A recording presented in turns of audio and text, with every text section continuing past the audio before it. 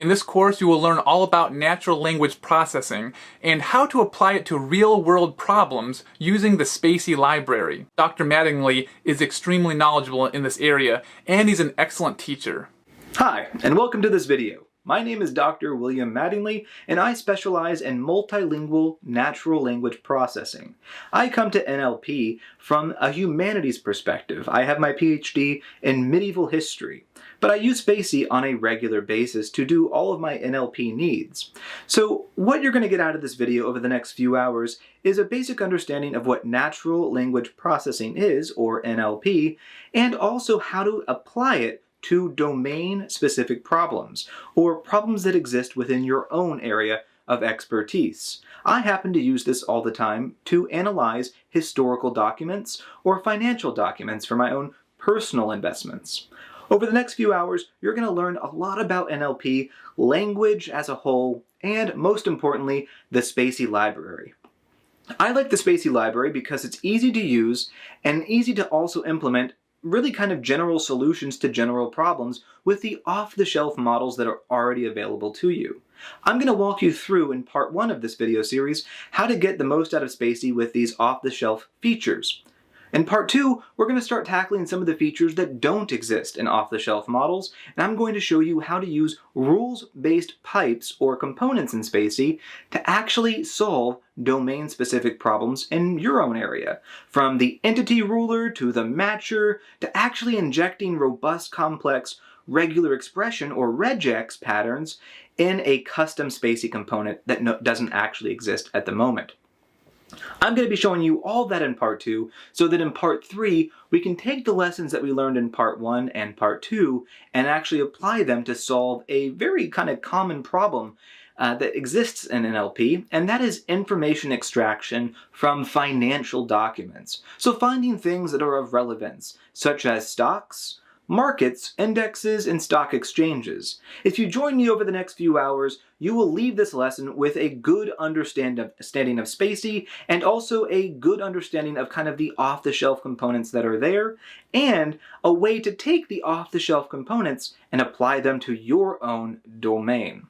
If you also join me in this video and you like it, please let me know in the comments down below, because I am interested in making a second part to this video that'll explore not only the rules-based aspects of SpaCy, but the machine learning-based aspects of SpaCy. So teaching you how to train your own models to do your own things, such as training a dependency parser, training a named entity recognizer, things like this, which are not covered in this video. Nevertheless, if you join me for this one and you like it, you will find part 2 much easier to understand. So sit back, relax, and let's jump into what NLP is, what kind of things you can do with NLP, such as information extraction, and what the SpaCy library is, and how this course will be laid out. If you like this video, also consider subscribing to my channel, Python Tutorials for Digital Humanities, which is linked in the description down below. Even if you're not a digital humanist like me, you will find these Python tutorials useful because they take Python and make it accessible to students of all levels, specifically those who are beginners. I walk you through not only the basics of Python, but also I walk you through step by step some of the more common libraries that you need. A lot of the channel deals with texts or text-based problems, but other content deals with things like machine learning and image classification and OCR, all in Python. So before we begin with SpaCy, I think we should spend a little bit of time talking about what NLP, or natural language processing, actually is.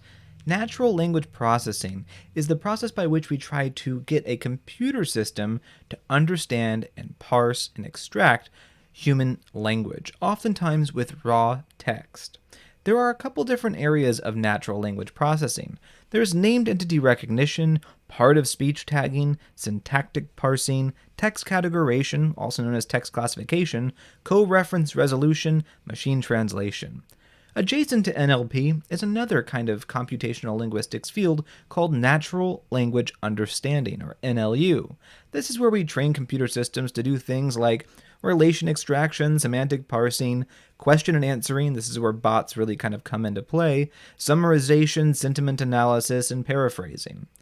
NLP and NLU are used by a wide array of industries, from finance industry all the way through to law and academia, with researchers trying to do information extraction from texts.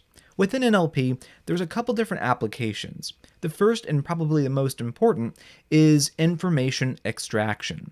This is the process by which we try to get a computer system to extract information that we find relevant to our own research or needs. So, for example, as we're going to see in part 3 of this video, when we apply SpaCy to the financial sector, a person interested in finances might need NLP to go through and extract things like company names, stocks, indexes, things that are referenced within maybe news articles, from Reuters to New York Times to Wall Street Journal. This is an example of using NLP to extract information. A good way to think about NLP's application in this area is it takes in some unstructured data, in this case raw text, and extracts structured data from it, or metadata. So it finds the things that you want it to find and extracts them for you. Now, while there's ways to do this with gazetteers and list matching, using an NLP framework like SpaCy, which I'll talk about in just a second, has certain advantages. The main one being that you can use and leverage things that have been parsed syntactically or semantically. So things like the part of speech of a word, things like its dependencies, things like its co-reference. These are things that the SpaCy framework allow for you to do off the shelf and also train into machine learning models and work into pipelines with rules. So that's kind of one aspect of NLP and one way it's used. Another way it's used is to read in data and classify it. This is known as text categorization, and we see that on the left-hand side of this image. Text categorization or text classification, and we include in this sentiment analysis for the most part as well, is a way we take information into a computer system, again, unstructured data, a raw text, and we classify it in some way. You've actually seen this at work for many decades now with spam detection. Spam detection is nearly perfect. It needs to be continually updated, but for the most part, it is a solved problem. The reason why you have emails that automatically go to your spam folder is because there's a machine learning model that sits on the back end of your email server, and what it does is it actually looks at the emails, it sees if it fits the pattern for what it's seen as spam before, and it assigns it a spam label. This is known as classification. This is also used by researchers, especially in the legal industry. Lawyers oftentimes receive hundreds of thousands of documents, if not millions of documents. They don't necessarily have the human time to go through and analyze every single document verbatim. It is important to kind of get a quick umbrella sense of the documents without actually having to go through and read them page by page. And so what lawyers will oftentimes do is use NLP to do classification and information extraction. They will find keywords that are relevant to their case, or they will find documents that are classified according to the relevant fields of their case. And that way they can take 1 million documents and reduce it down to maybe only a handful, maybe 1,000 that they have to read verbatim. This is a real-world application of NLP or natural language processing, and both of these tasks can be achieved through the SpaCy framework. SpaCy is a framework for doing NLP. Right now, as of 2021, it's only available, I believe, in Python. I think there is a community that's working on an application with R, but I don't know that for certain. But SpaCy is one of many NLP frameworks that Python has available. If you're interested in looking at all of them, you can explore things like NLTK, the Natural Language Toolkit, Stanza, which I believe is coming out of the same program at Stanford.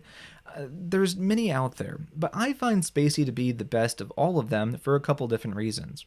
Reason one is that they provide for you off-the-shelf models that benchmark very well, meaning they perform very quickly, and they also have very good accuracy metrics, such as precision, recall, and F-score. And I'm not going to talk too much about the way we measure machine learning accuracy right now, but know that they are quite good. Second, SpaCy has the ability to leverage current natural language processing methods, specifically transformer models, also known usually kind of collectively as BERT models, even though that's not entirely accurate. But it allows for you to use an off-the-shelf transformer model. And third, it provides the framework for doing custom training relatively easily compared to these other NLP frameworks that are out there. Finally, the fourth reason why I pick SpaCy over other NLP frameworks is because it scales well. SpaCy was designed by Explosion AI, and the entire purpose of SpaCy is to work at scale. By at scale, we mean working with large quantities of documents efficiently, effectively, and accurately.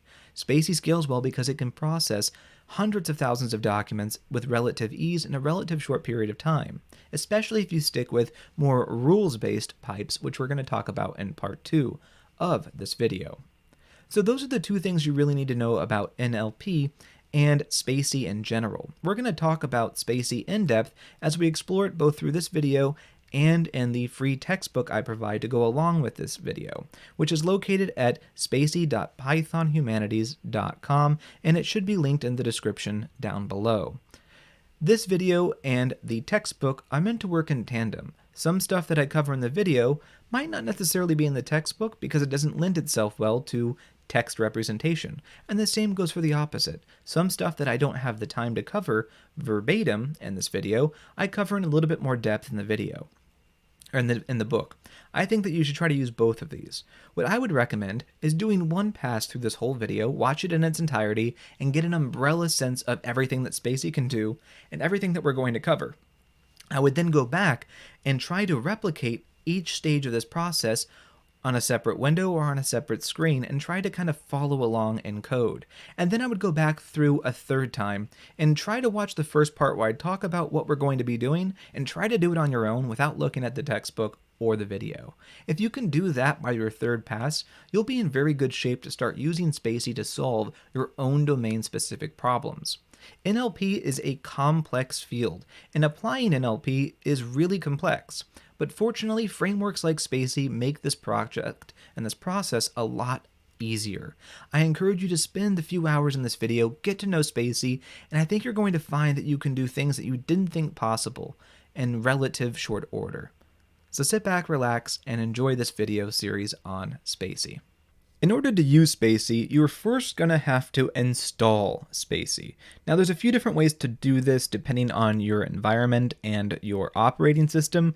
I recommend going to spacy.io/usage and kind of enter in the correct framework that you're working with. So if you're using Mac OS versus Windows versus Linux, you can go through and in this very handy kind of user interface, you can go through and select the different features that matter most to you. I'm working with Windows. I'm going to be using pip in this case, and I'm going to be doing everything on the CPU, and I'm going to be working with English. So I've established all of those different parameters, and it goes through and it tells me exactly how to go through and install it using pip in the terminal. So I encourage you to go through, pause the video right now, go ahead and install Windows however you want to.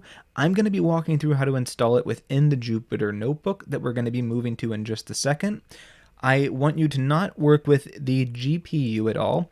Working with SpaCy on the GPU requires a lot more understanding about what the GPU is used for, specifically in training machine learning models. It requires you to have CUDA installed correctly. It requires a couple other things that I don't really have the time to get into in this video, but we'll be addressing in a more advanced SpaCy tutorial video. So for right now, I recommend selecting your OS, selecting either can use pip or conda, and then selecting CPU. And since you're going to be working through this video with English texts, I encourage you to select English right now and go ahead and just install or download the Ncore Web SM model. This is the small model. I'll talk about that in just a second. So the first thing we're going to do in our Jupyter notebook is we are going to be using the exclamation mark to delineate in the cell that this is a terminal command. We're going to say pip install SpaCy. Your output when you execute this cell is going to look a little different than mine. I already have SpaCy installed in this environment, and so mine kind of goes through and looks like this. Yours will actually go through, and instead of saying requirement already satisfied, it'll be actually passing out the different things that it's actually installing to install SpaCy and all of its dependencies. The next thing that you're going to do is you're going to, again, follow the instructions, and you're going to be doing python-m space SpaCy space download, and then the model that you want to download. So let's go ahead and do that right now. So let's go ahead and say python-m SpaCy download. So this is a SpaCy terminal command, and we're going to download the ncore web sm. And again, I already have this model downloaded, so on my end, SpaCy is going to look a little differently than as it's going to look on your end as it prints off on the Jupyter notebook. And if we give it just a second, everything will go through, and it says that it's collected it, it's downloading it, and we are all very happy now. And so now that we've got SpaCy installed correctly and that we've got the small model downloaded correctly, we can go ahead and start actually using SpaCy and make sure everything's correct. So the first thing we're going to do is we're going to import the SpaCy library as you would with any other Python library. If you're not familiar with this, a library is simply a set of classes and functions that you can import into a Python script so that you don't have to write a whole bunch of extra code. Libraries are massive collections of classes and functions that you can call. So when we import SpaCy, we're importing the whole library of SpaCy. And now that we've seen something like this, we know that SpaCy has imported correctly. As long as you're not getting an error message, everything was imported fine. The next thing that we need to do is we want to make sure that our English Core Web SM, our small English model, was downloaded correctly. So the next thing that we need to do is we need to create an NLP object. I'm going to be talking a lot more about this as we move forward. For right now, this is just troubleshooting to make sure that we've installed SpaCy correctly and we've downloaded our model correctly. So we're going to use the spacy.load command. This is going to take one argument. It's going to be a string that is going to correspond to the model that you've installed. In this case, ncore web sm. And if you execute this cell and you have no errors, you have successfully installed SpaCy correctly and you've downloaded the English Core Web SM model correctly. So go ahead, take time, and get all of this stuff set up. Pause the video if you need to, and then pop back and we're going to start actually working through the basics of SpaCy. I'm now going to move into kind of an overview of kind of what's within SpaCy, why it's useful, and kind of some of the basic features of it that you need to be familiar with. And I'm going to be working from the Jupyter notebook that I talked about in the introduction to this video. If we scroll down to the bottom of Chapter 1, the basics of SpaCy, and you get past the install section, you get to this section on containers. So what are containers? Well, containers within SpaCy are objects that contain a large quantity of data about a text. There are several different containers that you can work with in SpaCy. There's the doc bin, example, language, lexeme, span group, and token. We're going to be dealing with the lexeme a little bit in this video series, and we're going to be dealing with the language container a little bit in this video series, but really the three big things that we're going to be talking about again and again is the doc, the span, and the token.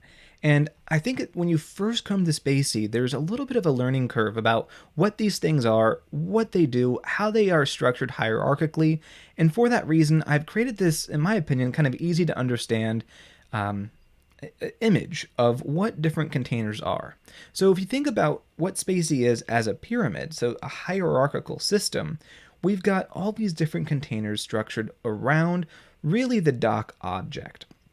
Your doc container or your doc object contains a whole bunch of metadata about the text that you pass to the SpaCy pipeline, which we're going to see in practice in just a few minutes.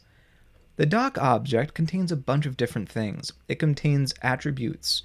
These attributes can be things like sentences. So if you iterate over doc.sense, you can actually access all the different sentences found within that doc object.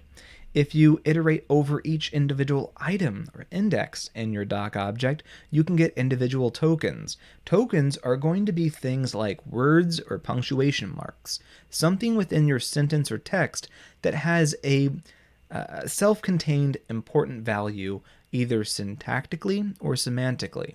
So this is going to be things like words, a comma, a period, a semicolon, a quotation mark, things like this. These are all going to be your tokens. And we're going to see how tokens are a little different than just splitting words up with traditional string methods in Python.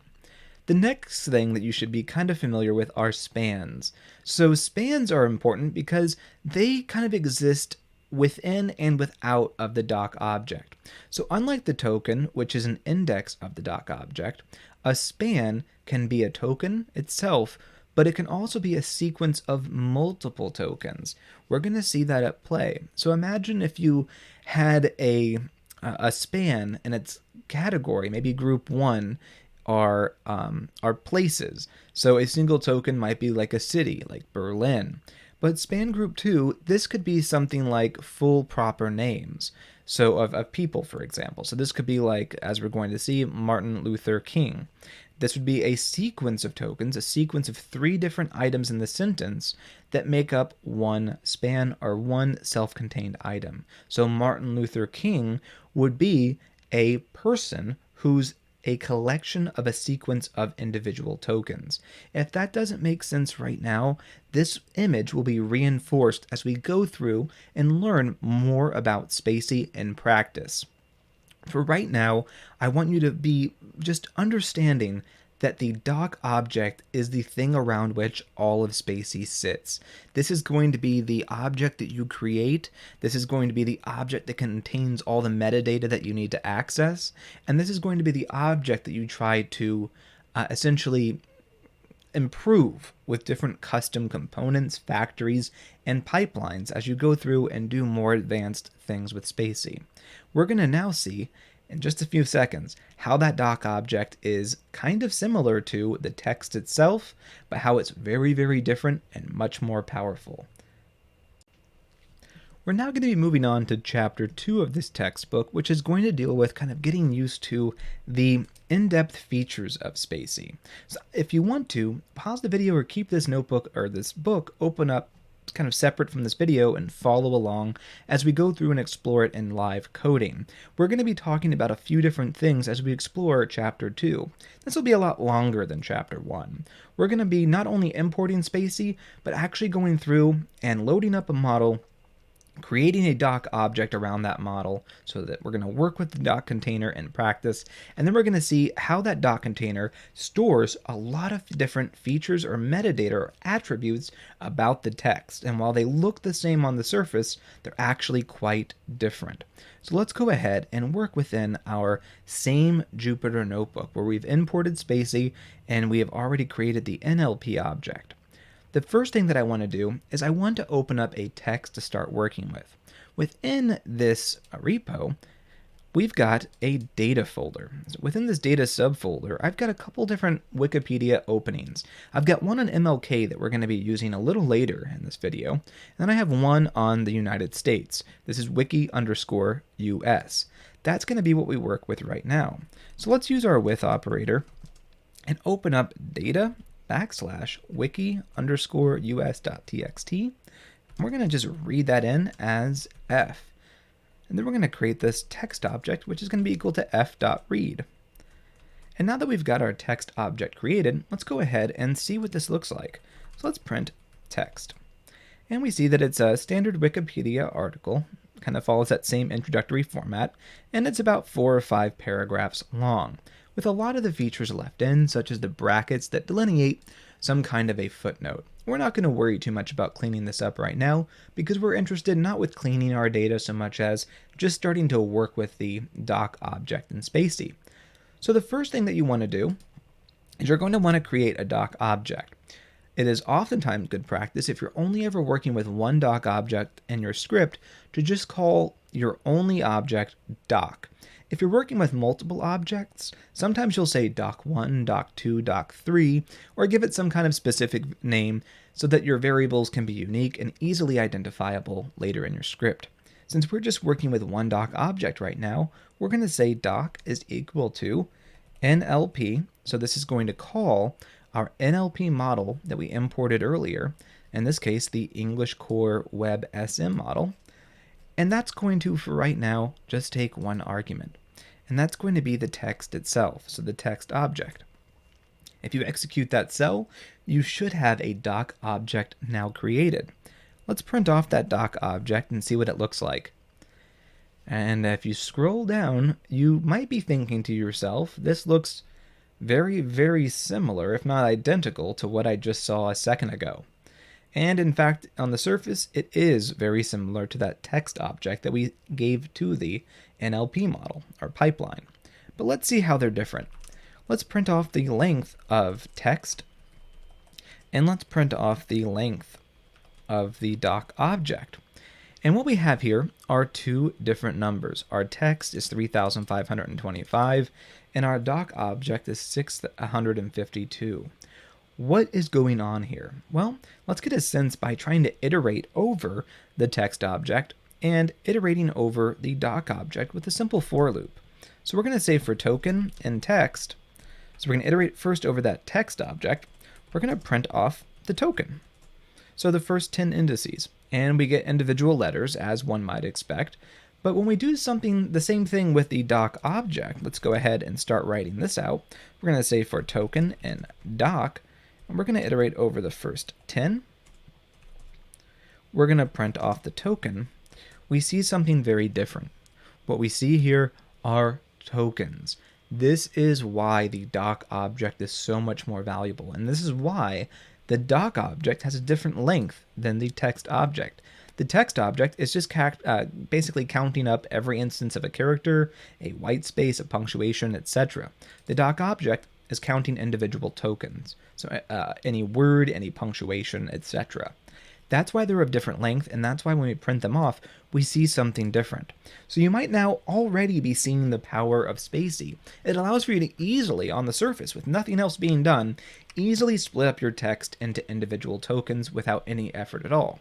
Now, those of you familiar with Python and different string methods might be thinking to yourself, but I've got the split method. I can just use this to split up the text. I don't need anything fancy from SpaCy. Well, you'd be wrong. Let me demonstrate this right now. So if I were to say for token and text dot split, so I'm splitting up that text into individual words. Essentially, it's just a split method where it's splitting by individual white spaces. If I were to do that and iterate over the first 10 again, and I were to say print token, it looks good until you get down here. So until you get to USA. Well, why is it a problem? The problem is quite simple. There is a parenthesis mark right here. And this is where we have a huge advantage with SpaCy. SpaCy automatically separates out these kind of punctuation marks and removes them from individual tokens when they're not relevant to the token itself. Notice that USA has got a period within the middle of it. It's not looking at that and thinking that that is some kind of unique token, a U, a period, an S, a period, and an A, and a period. It's not seeing these as 4 individual tokens. Rather, it's automatically identifying them as one thing, one tied together single token that's a string of characters and punctuation. This is where the power of SpaCy really lies, just on the surface level. And go ahead, spend a few minutes and play around with this. And then we're going to kind of jump back here and start talking about how the doc object has a lot more than just tokens within it. It's got sentences, and each token has attributes. We're going to start exploring these when you pop back.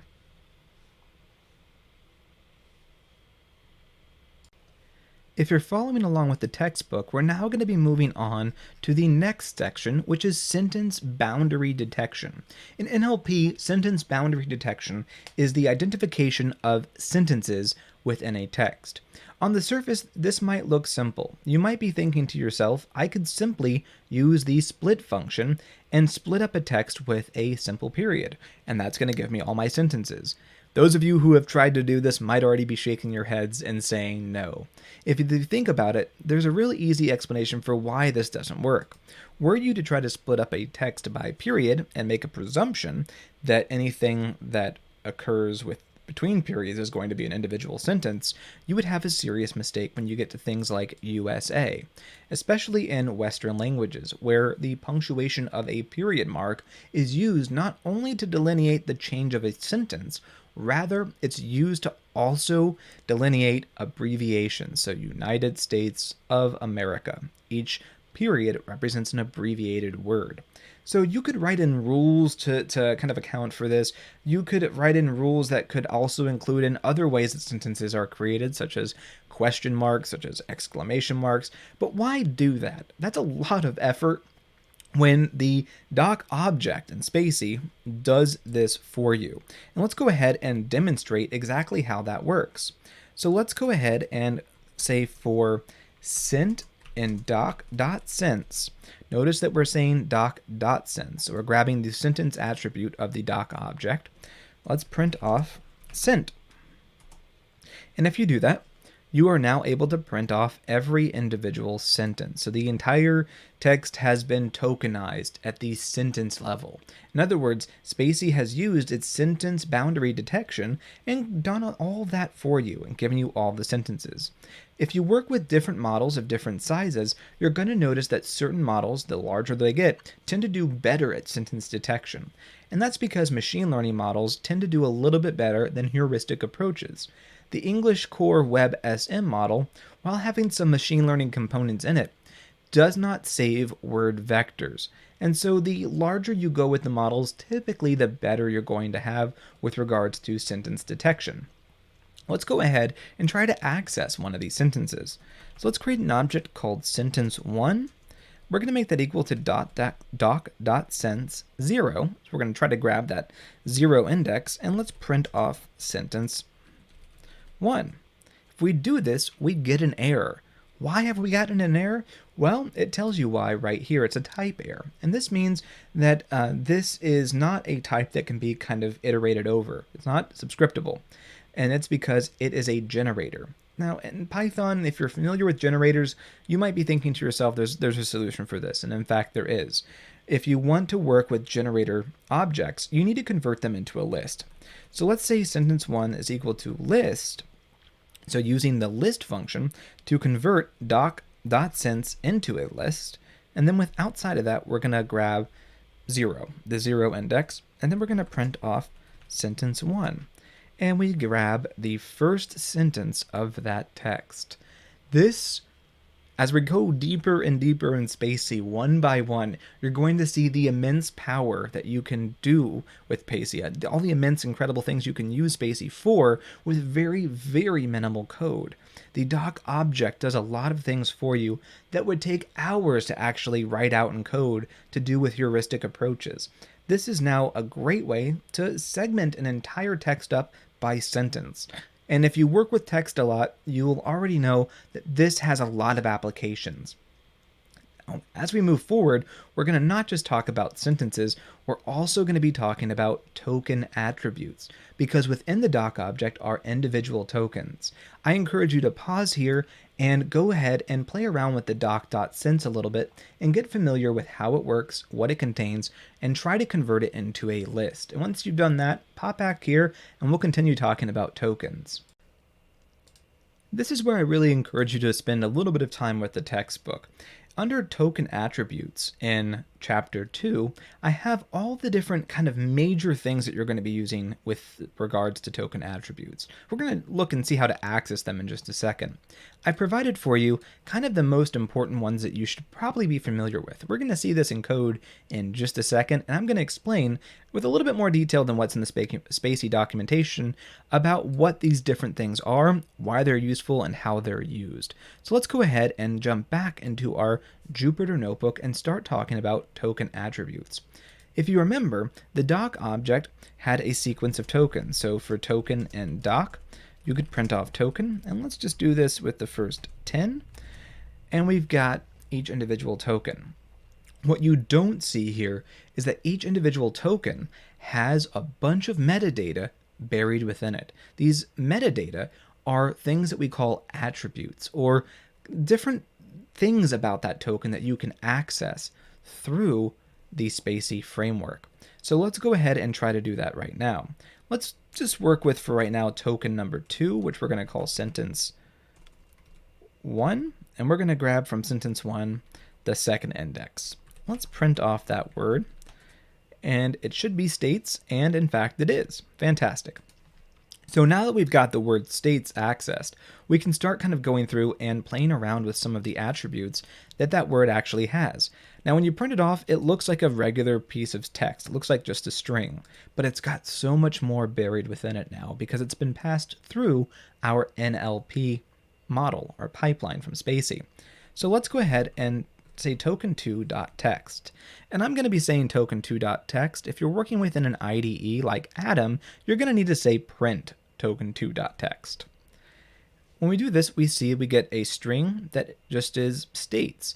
This is telling us that the .text of the object, the pure text, corresponds to the word states.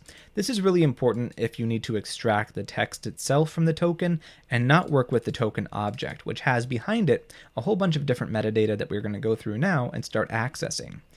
Let's use the token left edge. So we can say token2 dot left underscore edge, and we can print that off. Well, what's that telling us? It's telling us that this is part of a multi-word token, or a token that is has multiple components to make up a larger span, and that this is the leftmost token that corresponds to it. So this is going to be the word the, as in the United States. Let's take a look at the right edge. So we can say token2.right underscore edge, print that off, and we get the word America. So we're able to see where this token fits within a larger span, in this case a noun chunk, which we're going to explore in just a few minutes. But we also learn a lot about it, kind of the different components. So we know where to grab it from the beginning and from the very end. So that's how the left edge and the right edge work. We also have within this token2.int type. This is going to be the type of entity. Now what you're seeing here is a integer. So this is 384.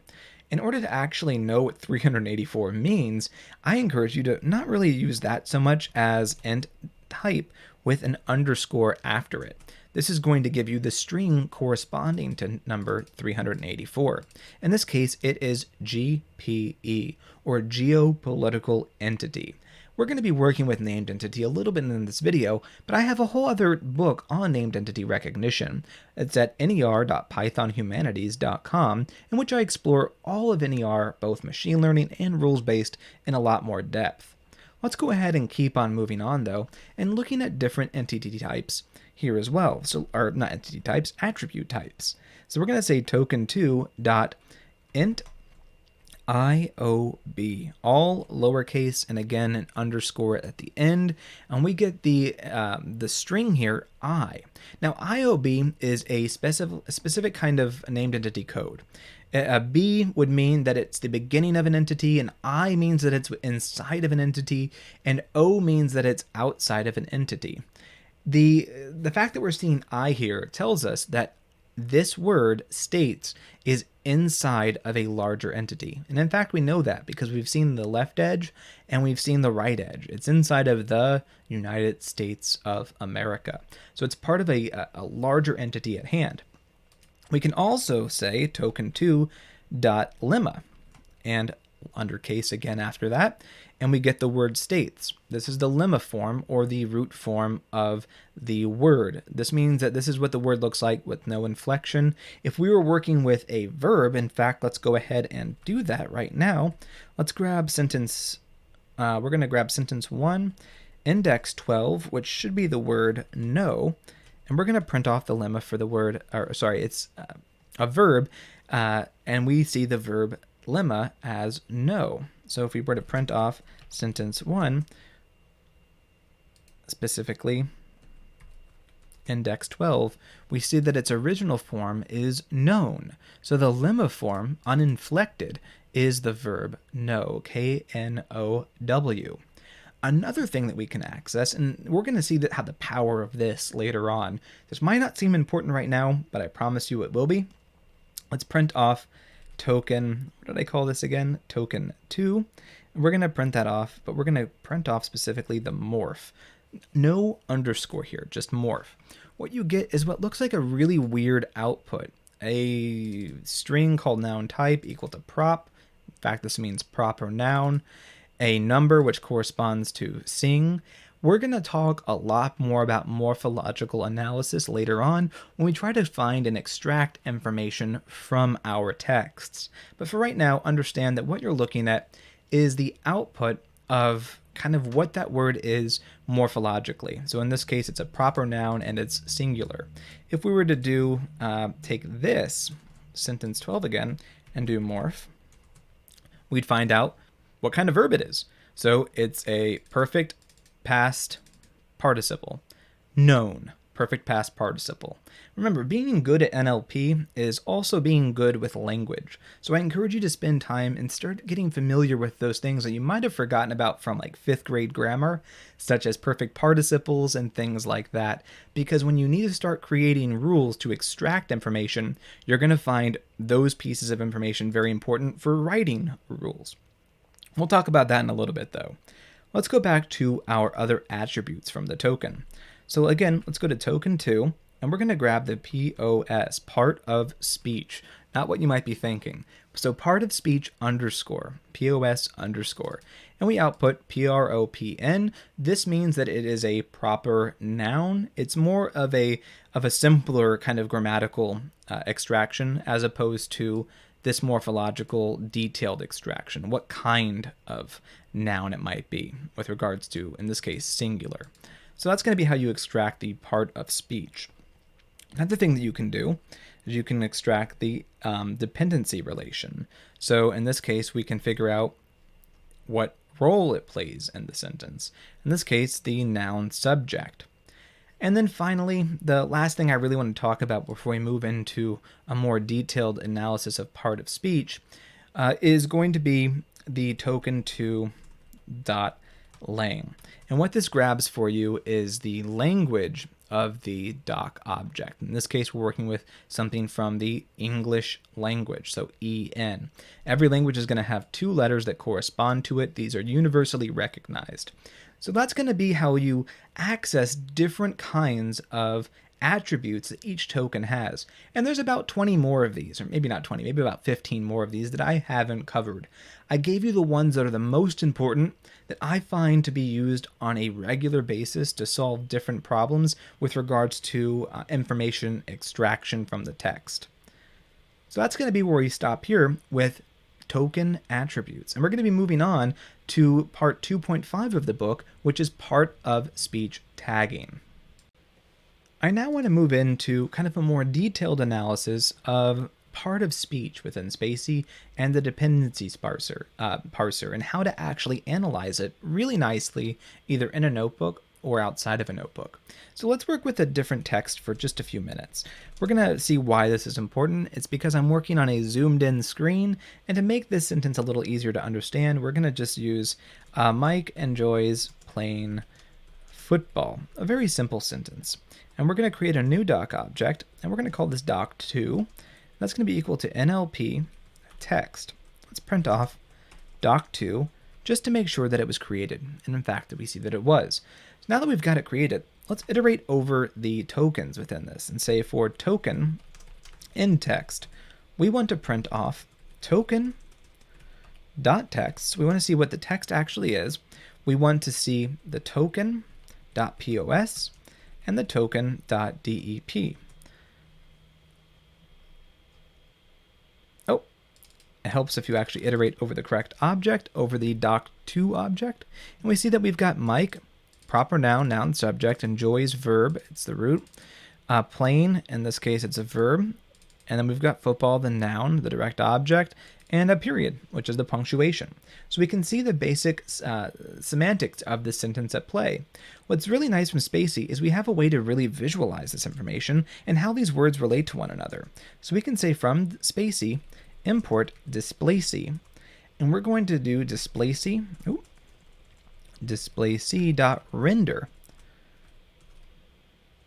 And this is going to take 2 arguments. It's going to be the text, and then it's going to be the, actually it's going to be doc2, and then it's going to be style. In this case, we're going to be working with the EP. And we're going to print that off, and we actually see how that sentence is structured. Now in the textbook, I use a more complicated sentence, but for the reasons of this video, I've kept it a little shorter just because I think it displays better on the screen, because you can see that this becomes a little bit more difficult to understand when you're zoomed in. But this is one sentence from that Wikipedia article. So go ahead and look at the textbook and see how elaborate this is. You can see how it's part of a compound, how it's a preposition. You can see the more fine-tuned, fine-grained aspects of the dependency parser and the part of speech tagger really at play with more complicated sentences. So that's going to be how you really access part of speech and how you can start to visualize how words in a sentence are connected to other words in the sentence with regards to their part of speech and their dependencies. That's going to be where we stop with that. In the next section, we're going to be talking about named entity recognition and how to visualize that information.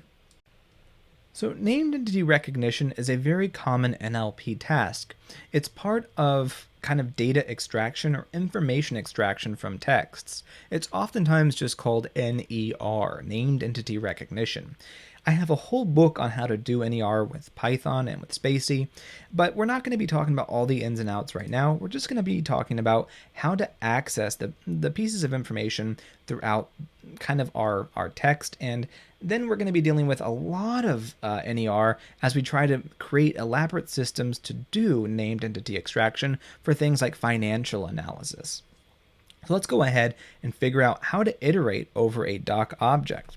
So we're going to say for int and doc.end. So we're going to go back to that original doc, the one that's got the first kind of the text from Wikipedia on the United States.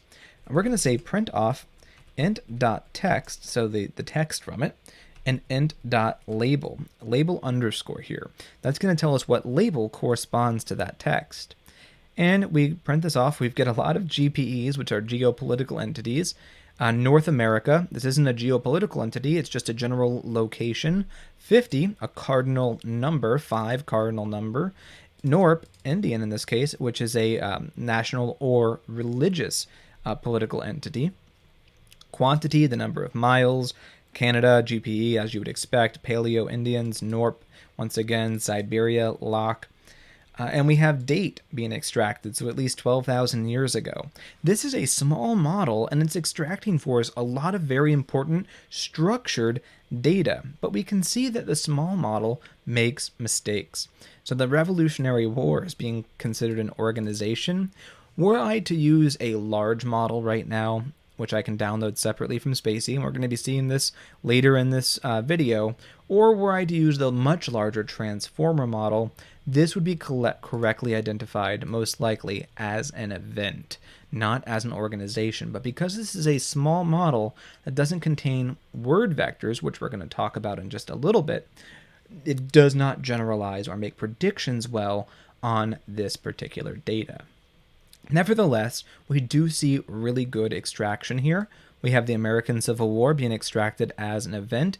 We have the Spanish-American War, even with this encoding typographical error here. And World War being extracted as an event. World War II event, Cold War event. All of this is looking good. And really, I only saw a couple basic mistakes. But for the most part, this is what you'd expect to see. We even see percentages extracted correctly here. So this is how you access really vital information about your tokens, but more importantly, about the entities found within your text. And also, SpaCy offers a really nice way to visualize this in a Jupyter notebook. We can say SpaCy.render, we can say doc, style, and we can say int. And we get this really nice visualization where each entity has its own particular color, so you can see where these entities appear within the text as you kind of just naturally read it. You can do this with the text as long as you want. You can even change the max length to be more than 1 million characters long. And again, we can see right here, org is incorrectly identified as the American Revolutionary War, incorrectly identified as org. But nevertheless, we see really, really good results with the small English model without a lot of custom fine-tuned training. And there's a reason for this. A lot of Wikipedia data gets included into machine learning models. So machine learning models on text typically make good predictions on Wikipedia data because it was included in their training process. Nevertheless, these are still good results. If I'm right or wrong on that, I'm not entirely certain. But that's going to be how you kind of extract important entities from your text and, most importantly, visualize it. This is where chapter 2 of my book kind of ends. After this chapter, you have a good understanding, hopefully, of kind of what the doc container is, what tokens are, and how the doc object contains the attributes such as since and ends, which allows for you to find sentences and entities within a text. Hopefully you also have a good understanding of how to access the linguistic features of each token through token attributes. I encourage you to spend a lot of time becoming familiar with these basics, as these basics are the building block for really robust things that we're going to be getting into in the next few lessons. We're now moving into chapter 3 of our textbook on SpaCy and Python. Now, in chapter 3, we're going to be continuing our theme of part 1, where we're trying to understand the larger building blocks of SpaCy. Even though this video is not going to deal with SpaCy machine learning approaches, or custom ones that is, it's still important to be familiar with what machine learning is and how it works, specifically with regards to language, because a lot of the SpaCy models, such as the medium, large, and transformer models, all are machine learning models that have word vectors stored within them.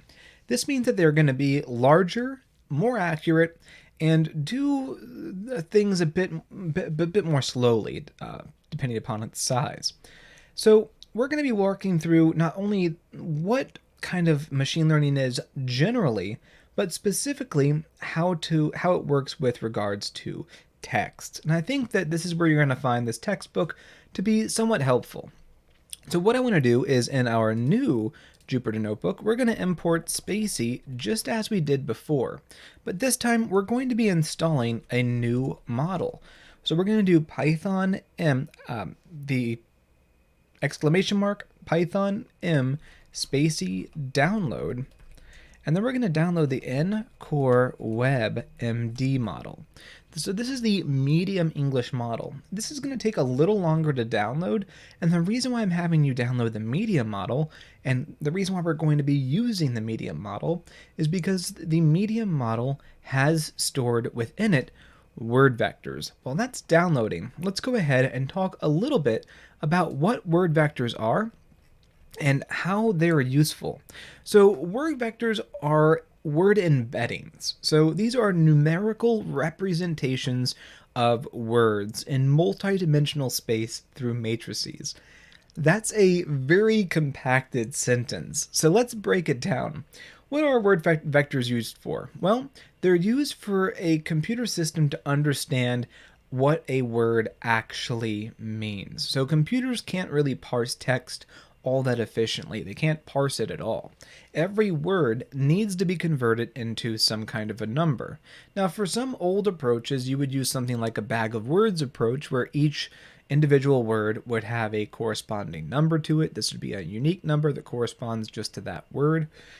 For a lot of tasks that can work, but for something like text understanding, or trying to get a computer system to be able to understand how a word functions within a sentence in general, so in other words, how it works in the language, how it relates to all other words, that doesn't really work for us.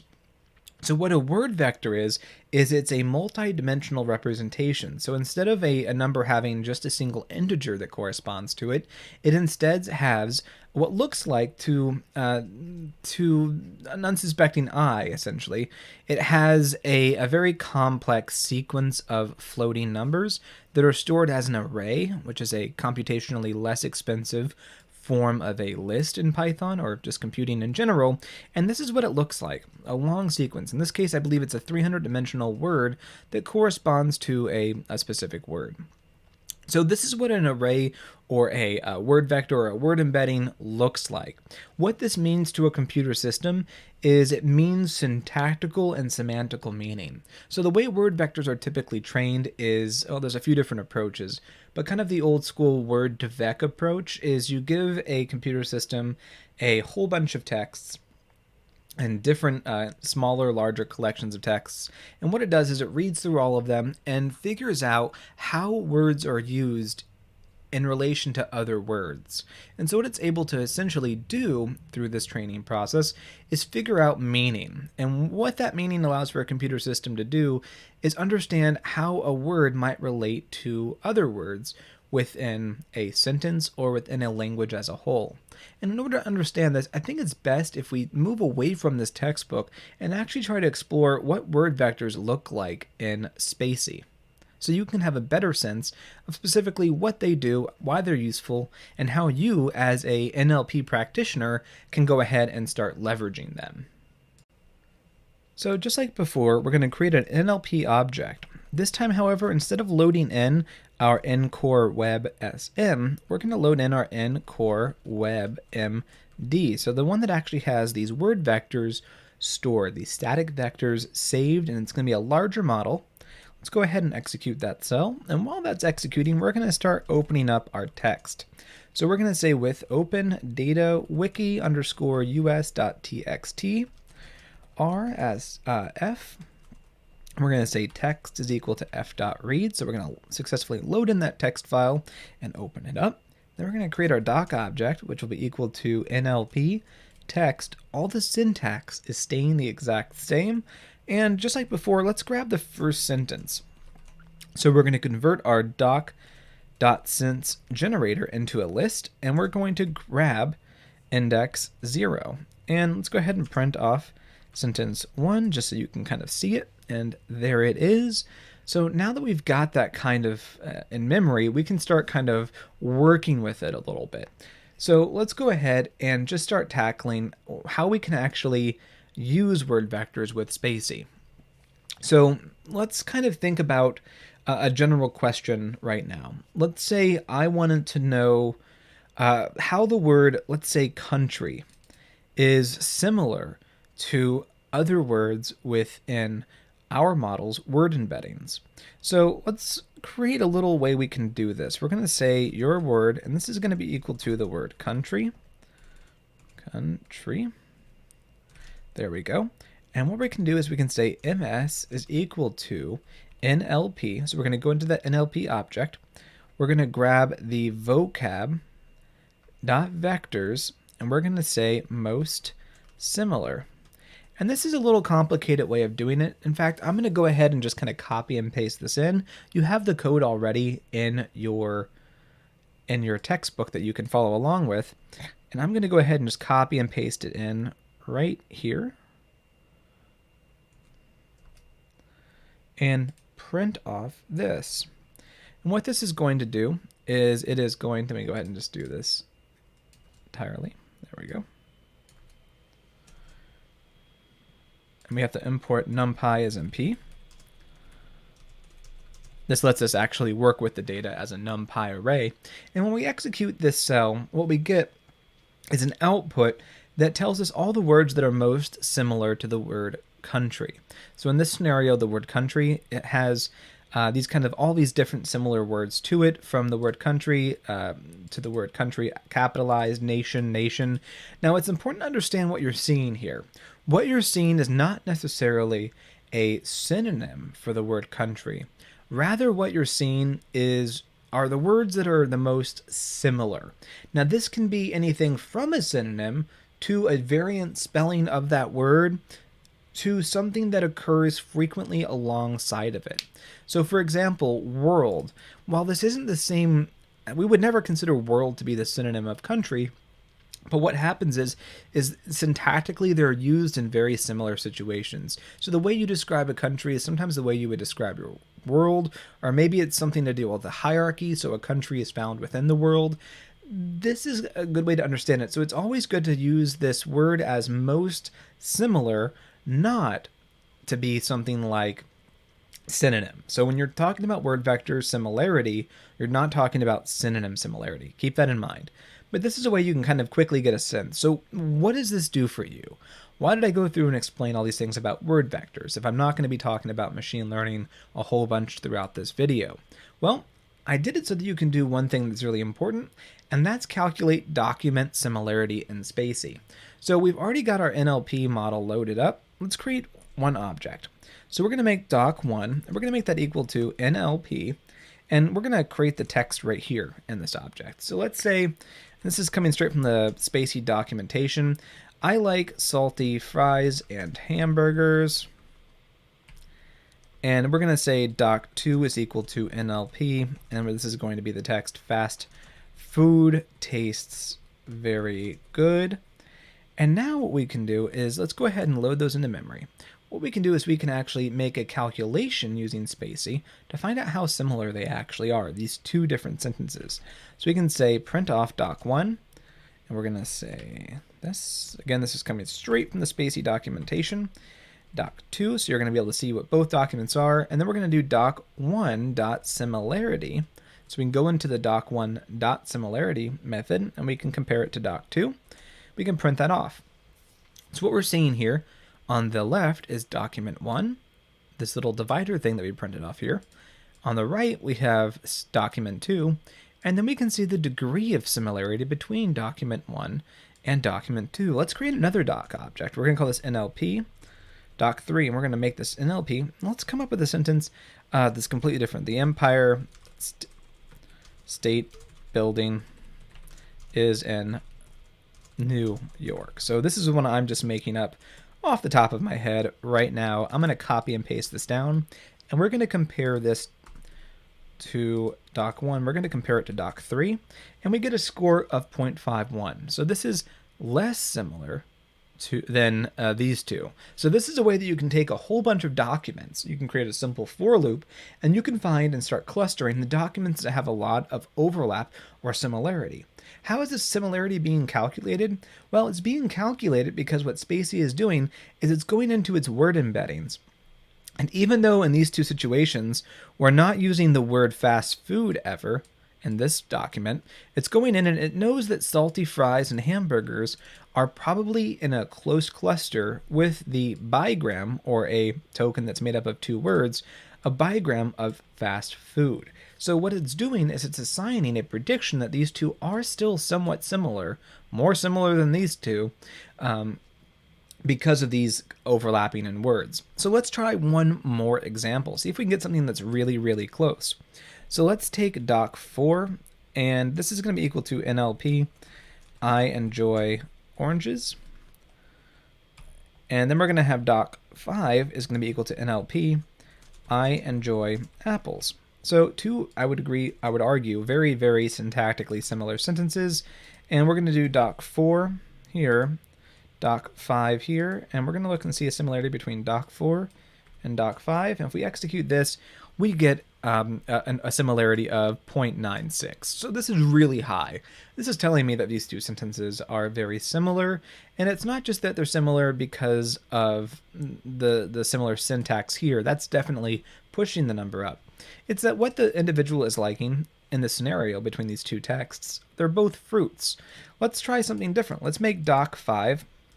Let's just make doc6 here, and do something like this. NLP, I enjoy, what's another word we could say? Something that's different.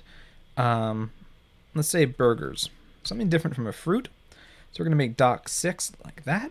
And we're going to, again, copy and paste this down. Copy and paste this down. We're going to put doc6 here. And we see this drop. So what this demonstrates, and I'm really glad this worked because I improvised this, what this demonstrates is that the similarity, the number that's given, is not dependent on the contextual words. Rather, it's dependent upon the semantic similarity of the words. So apples and oranges are in a similar cluster around fruit because of their word embeddings. The word burgers, while still being food and still being plural, is different from apples and oranges. So in other words, this similarity is being calculated based on something that we humans would calculate, difference in meaning based on a large understanding of a language as a whole. That's where word vectors really come into play. This allows for you to calculate other things as well. So you could even calculate the difference between salty fries and hamburgers, for example. I've got this example ready to go in the textbook. Let's go ahead and try this as well. So we're going to grab doc 1 and print off these few things right here. So we're going to try to calculate the similarity between French fries and burgers, and what we get is a similarity of 0.73. So if we were to maybe change this up a little bit and try to calculate the similarity between maybe just the word burgers rather than hamburgers and hamburgers, we would have a much higher similarity. So my point is play around with the similarity calculator, play around with this structure, the code I've provided here, and get familiar with how SpaCy can help you kind of find similarity, not just between documents, but between words as well. And we're going to be seeing how this is useful later on. But again, it's good to be familiar with kind of generally how machine learning kind of functions here in this context and why these medium and large models are so much bigger. They're so much bigger because they have more word vectors that are much deeper. And the transformer model is much larger because it was trained in a completely different method than the way the medium and large models were trained. But again, that's out of the scope for this video. I now want to turn to the last subject of this introduction to SpaCy Part 1, which is when we're taking this large umbrella view of SpaCy. And in the textbook, it's going to correspond to Chapter 4. So what we go over in this textbook is kind of a large view of not just the doc container and the word vectors and the linguistic annotations, but really kind of the structure of the SpaCy framework, which comes around the pipeline. So a pipeline is a very common expression in computer science and in data science. Think of it as a traditional pipeline that you would see in a house. Now think of a pipeline being a sequence of different pipes. Each pipe in a computer system is going to perform some kind of permutation or some action on a piece of data as it goes through the pipeline. And as each pipe has a chance to act and make changes to and additions to that data, the later pipes get to benefit from those changes. So this is very common when you're thinking about logic of code. I provided like a little image here that I think maybe might help you. So if we imagine some input sentence, right? So some input text is entering a SpaCy pipeline. It's going to go through a bunch of things if you're working with the medium model or the small model that'll tokenize it and give it a word and vector for different words. It'll also find the POS, the part of speech, the dependency parser will act on it, but it might eventually get to an entity ruler, which we're going to see in just a few minutes. That entity ruler will be a series of rules-based NER, named entity recognition. So it'll maybe assign a token to an entity. Might be the beginning of an entity, might be the end of an entity, might just be an individual token entity. And then what will happen is that doc object, as it kind of goes through this pipeline, will now receive a bunch of doc.ints. So it'll be this pipe will actually add to the doc object as it goes through the pipeline the entity component. And then the next pipeline, the entity linker, might take all of those entities and try to find out which ones they are. So it'll oftentimes be connected to some kind of wiki data, some kind of standardized number that corresponds to a specific person. So for example, if you were seeing a bunch of things like Paul something, maybe that one Paul something might be Paul Hollywood from the Great British Bake Off, and it might have to make a connection to a specific person. So if it's the word Paul being used generally, this entity linker would assign it to Paul Hollywood depending on the context. That's out of the scope of this video series, but keep in mind that that pipe would do something else that would modify the ints that would give them greater specificity. And then what you'd be left with is the doc object on the output that not only has entities annotated, but it's also got entities linked to some generic specific data. So that's going to be how a pipeline works. And this is really what SpaCy is. It's a sequence of pipes that act on your data. And that's important to understand because it means that as you add things to a SpaCy pipeline, you need to be very conscientious about where they're and in what order. As we're going to see as we move over to kind of rules-based SpaCy, when we start talking about these different types, the EntityRuler, the matcher, custom components, RegEx components, you're going to need to know which order to put them in. It's going to be very important. So do please keep that in mind. Now, SpaCy has a bunch of different attribute rulers or different pipes that you can kind of add into it. You've got dependency parsers that are going to come standard with all of your models. You've got the entity linker, entity recognizer, entity ruler. You're going to have to make these yourself and add them in oftentimes. You've got a limitizer. This is going to be on most of your standard models. Your morpholog, that's going to be on there as well. Sentence recognizer, sententizer. This is what allow for you to have the doc.sense right here. Span categorizer. This will help categorize different spans, be them single token spans or sequence of token spans. Your tagger, this will tag the different things in your text, which will help with part of speech. Your text categorizer. This is when you train a machine learning model to recognize different categories of a text. So text classification, which is a very important machine learning task. Toke to vec. This is going to be what assigns word embeddings to the different words in your doc object. Tokenizer is what breaks that thing up into all your text into individual tokens. And you got things like transformer and trainable pipes. Then within this, you've also got some other things called matchers. So you can do some dependency matching. We're not going to get into that in this video. You've also got the ability to use matcher and phrase matcher. These are a lot of the times can do some similar things, but they're executed a little differently. To make things less confusing, I'm really only talking about the matcher of these two, and if there's a need for it, I'll add into the textbook the phrase matcher at a later date, but I'm not going to cover it in this video. And if I do add in the phrase matcher, it's going to be after this matcher section here. I have it in the GitHub repo. I just haven't included it in the textbook to keep things a little bit simpler, at least if you're just starting out. So a good question is, well, how do you add pipes to a SpaCy pipeline? So let's go ahead and do that. We're going to make a blank SpaCy pipeline right now.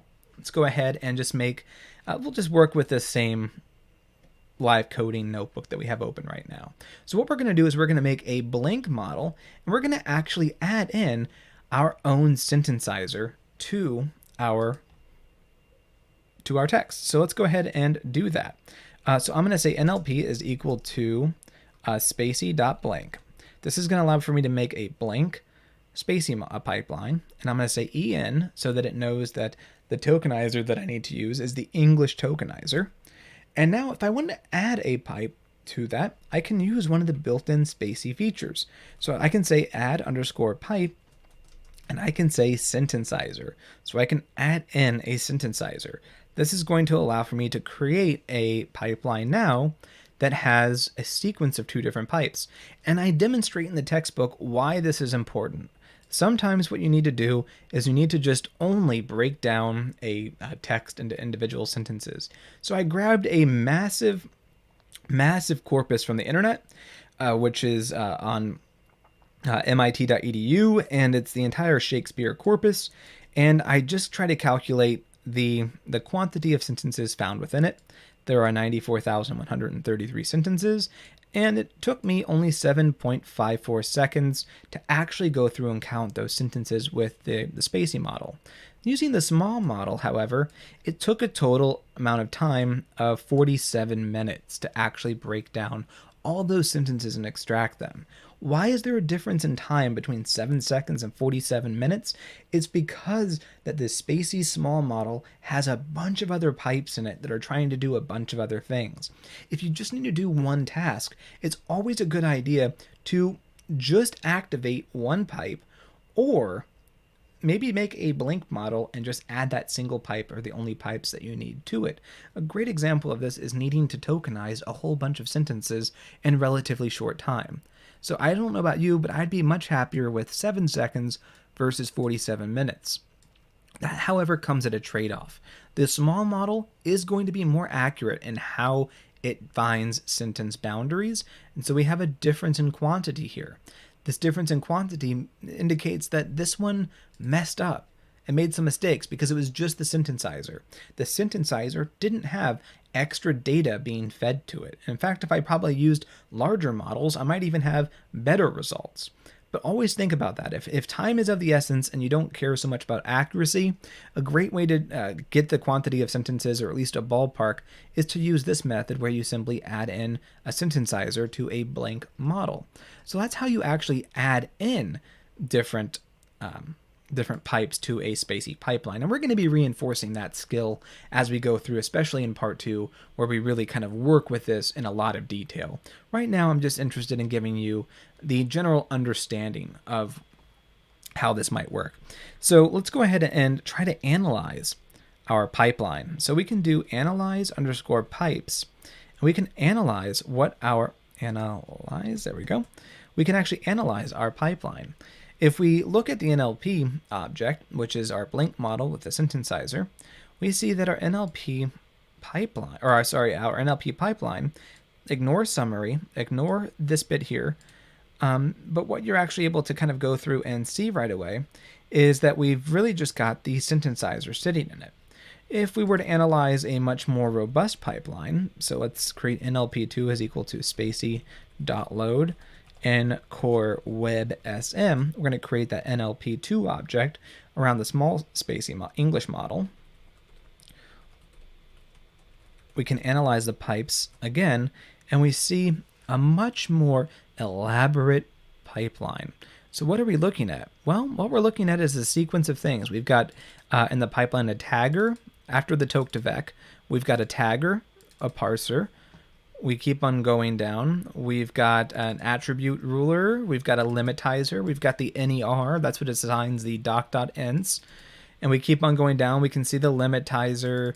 But we can see also a whole bunch of other things. We can see what these different things actually assign. So doc.ents assigns the NER and require. And we can also see what each pipe might actually require.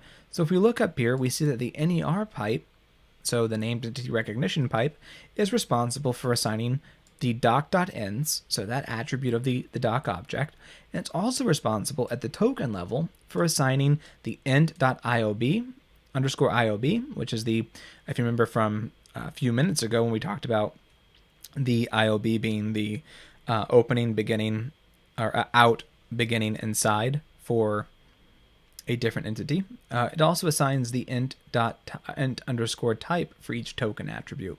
So you can see a lot of different things about your pipeline by using NLP.analyze_pipes.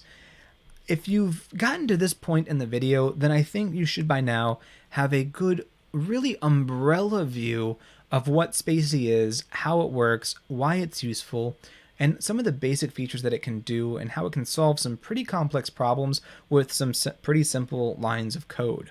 What we're going to see now moving forward is how you, as a practitioner of NLP, can not just take what's given to you with SpaCy, but start working with it and start leveraging it for your own uses. So taking what is already available, so like these models, like the English model, and adding to them, contributing to them. Maybe you want to make an entity ruler where you can find more entities in a text based on some gazetteer or list that you have. Maybe you want to make a matcher so you can find specific sequences within a text. Maybe that's important for information extraction. Maybe you need to add custom functions or components into a SpaCy pipeline. I'm going to be going through in part 2, rules-based SpaCy, and giving you all the basics of how to do some really robust custom things relatively quickly within the SpaCy framework. All of that's going to lay the groundwork so that in part 3, we can start applying all these skills and start solving some real-world problems. In this case, we're going to look at financial analysis. So that's going to be where we move to next, is part 2. We are now moving into part 2 of this Jupyter book on SpaCy, and we're going to be working with rules-based SpaCy. Now, this is really kind of the bread and butter of this video. You've gotten a sense of the umbrella structure of SpaCy as a framework, you've gotten a sense of what the doc container can contain, you've gotten a sense of the token attributes and the linguistic annotations from part 1 of this book and the earlier part of this video. Now we're going to move into taking those skills and really developing them into custom components and modified pipes that exist within SpaCy. In other words, I'm going to show you how to take what we've learned now and start really doing more robust and sophisticated things with that knowledge. So we're going to be working first with the EntityRuler, then with the matcher in the next chapter, then in the components in SpaCy. So a custom component is a custom function that you can put into a pipeline. Then we're going to talk about RegEx, or regular expressions, and then we're going to talk about some advanced RegEx with SpaCy. If you don't know what RegEx is, I'm going to cover this in chapter 8.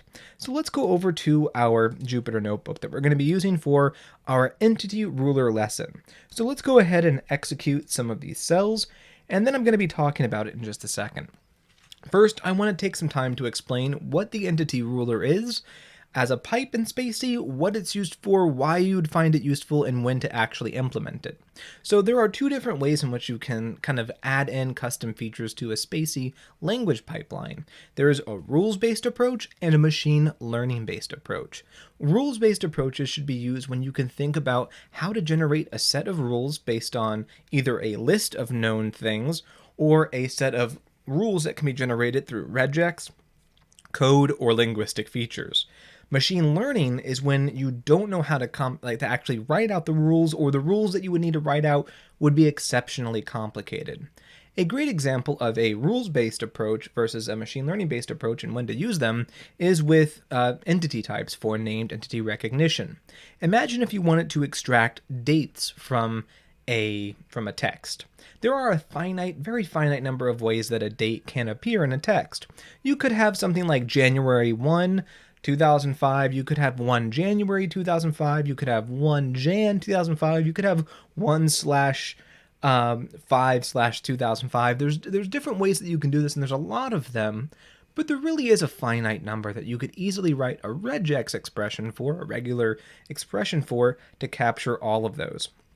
And in fact, those regex expressions already exist. That's why SpaCy is already really good at identifying dates. So dates are something that you would probably use a rules-based approach for. Something that's a good machine learning approach for are something like names. If you wanted to capture the names of people, you would have to generate an EntityRuler with a whole bunch of robust features. So you would have to have a list of all known possible first names, all known possible last names, all known possible prefixes like Dr., Mr., Mrs., Miss, Master, etc. And you'd have to have a list of all known suffixes, so junior, senior, the third, the fourth, etc. on down the list. This would be very, very difficult to write because, first of all, the quantity of names that exist in the world are massive. The quantity of last names that exist in the world is massive. There's not a set gazetteer or a set list out there of these anywhere. So for this reason, oftentimes things like people names will be worked into machine learning components. I'm going to address machine learning in another video at a later date. For right now, we're going to focus on a rules-based approach. So using the rules-based features that SpaCy offers. A good NLP practitioner will be excellent at both rules-based approaches and machine learning-based approaches, and knowing when to use which approach and when maybe a task is not appropriate for machine learning when it can be worked in with rules relatively well. If you're taking a rules-based approach, the approach that you take should have a high degree of confidence that the rules will always return true positives. And you need to think about that. If you are okay with your rules maybe catching a few false positives or missing a few true positives, then maybe think about how you write the rules and allowing for those and making it known in your documentation. So that's generally what a rules-based approach is, and an EntityRuler is a way that we can use a list or a series of features, language features, to add tokens into the entity, the .ints container within the doc container. So let's go ahead and try to do this right now. The text we're going to be working with is a kind of fun one, I think. So if you've already gotten the reference, congratulations. It's kind of obscure, but we're going to have a sentence right here that I just wrote out. West Chesterton Fieldville was referenced in Mr. Deeds. So in this context, we are going to have a few different entities. We want our model, or our pipeline, to extract West Chesterton Fieldville as a GPE. It's a fake place that doesn't really exist. It was made up in the movie Mr. Deeds. And what we want is for Mr. Deeds to be grabbed as an entity as well. And this would ideally be labeled as a film. But in this case, that's probably not going to happen. Let's go ahead and see what does happen. So we're going to say for int and doc.ents, print off int.text, int.label, like we learned from our NER lesson a few moments ago, and we see that the output looks like this. It's gotten almost all the entities that we wanted. Mr. was left off of Deeds, and it's grabbed the West Chesterton Fieldville and labeled it as a person. So what's gone wrong here? Well, there's a few different things that have gone wrong. The NCore Web SM model is a machine learning model for NER. The word vectors are not saved, so the static vectors are not in it. So it's making the best prediction that it can. But even with a very robust machine learning model, unless it has seen West Chesterton Fieldville, there is not really a good way for the model to actually know that that's a place. Unless it's seen a structure like West Chesterton, and maybe it can make a guess. A transformer model might actually get this right. But for the most part, this is a very challenging thing. This would be challenging for a human. There's not a lot of context here to tell you what this kind of entity is, unless you knew a lot about how maybe northeastern villages and towns in the North America would be called. Also, Mr. Deeds is not extracted as a whole entity, just Deeds is. Now, ideally, we would have an NER model that would label West Chesterton Fieldville as a GPE and Mr. Deeds as a film. But we've got two problems. One, the machine learning model doesn't have film as an entity type. And on top of that, West Chesterton Fieldville is not coming out correct as GPE. So our goal right now is to fix both of these problems with an entity ruler. This would be useful if I were maybe doing some text analysis on fictional places referenced in films. So things like Narnia, maybe Middle Earth, West Chesterton, Fieldville, these would all be classified as kind of fictional places. So let's go ahead and make a ruler to correct this problem.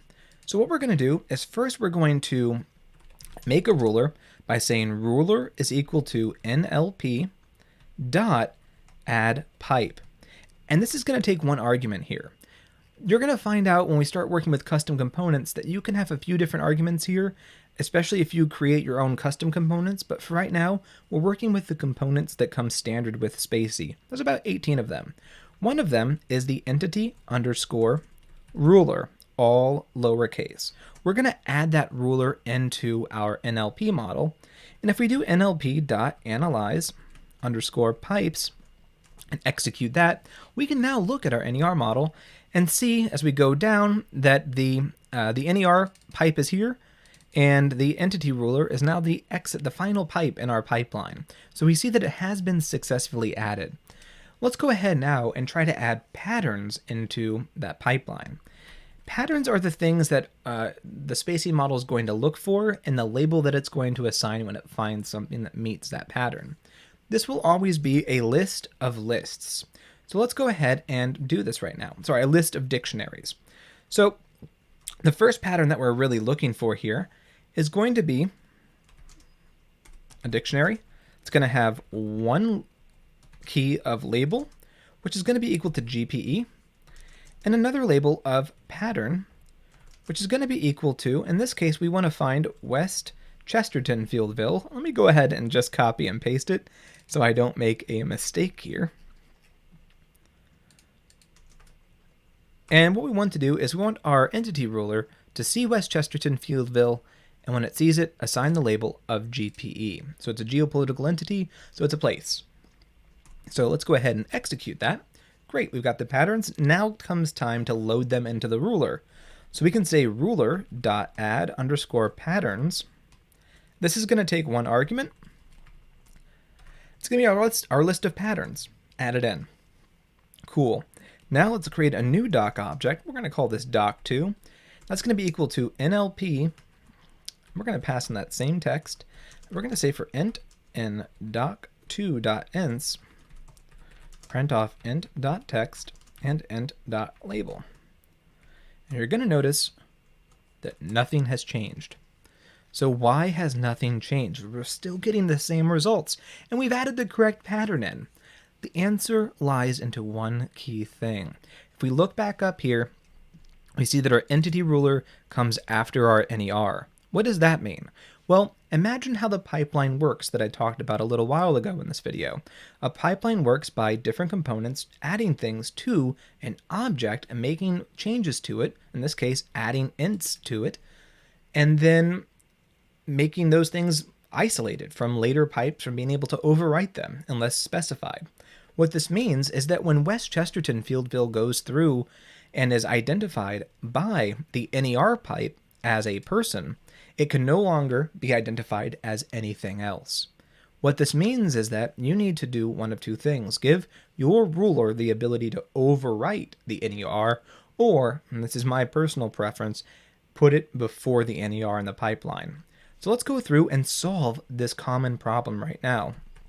We're going to create a new NLP object called NLP2, which is going to be equal to SpaCy.load, and again we're going to load in the English Core Web SM's model. nCore Web SM. Great. And again we're going to do ruler dot NLP2 dot add pipe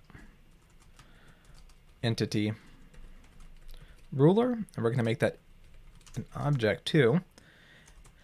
Now what we can do is we can say ruler.addPatterns. Again, we're going to go through all of these steps that we just went through. We're going to add in those patterns that we created up above. And now what we're going to do is we're going to actually do one thing a little different than what we did. What we're going to do is we're going to load this up again, and we're going to do an extra keyword argument.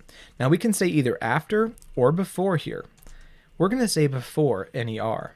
What this is going to do is it's going to place our NER before our entity ruler, before the NER component. And now when we add our patterns in, we can now create a new doc object. Doc is going to be equal to NLP2 text, and we're going to say for int and doc.ints, print off int.text, int.label. And now we notice that it is correctly labeled as a GPE. Why is this? Well, let's take a look at our NLP2 object. I'm going to analyze pipes. And if we scroll down, we will notice that our entity ruler now in the pipeline sits before the NER model.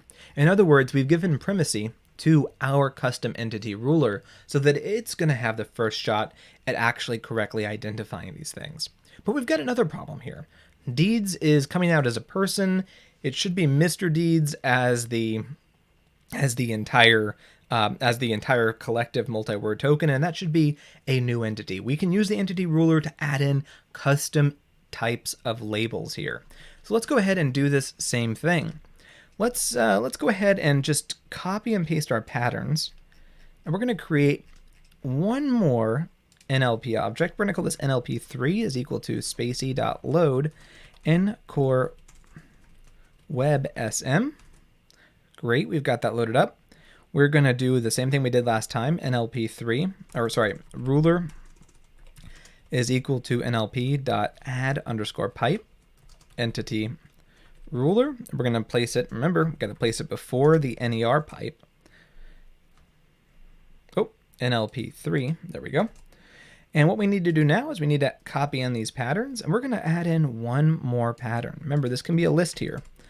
So this pattern, we're going to have a new label called film, and we're going to look for the sequence Mr. Deeds. And that's going to be our pattern that we want to add in to our ruler. So we can do ruler.add_patterns. And we're going to add in patterns. Remember that one keyword argument, or one argument, is going to be the list itself. And now we can create a new doc object, which is going to be equal to NLP3, I think I called it. Yep. Text. And we can say for int and doc.ints, print off int.text and int.label. And if we execute this, we see now that not only have we gotten the entity ruler to correctly identify West Chesterton Fieldville, we've also gotten the entity ruler to identify correctly Mr. Deeds as a film.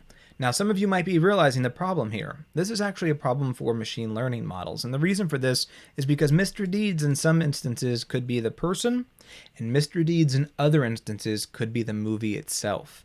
This is what we would call a toponym, so spelled like this.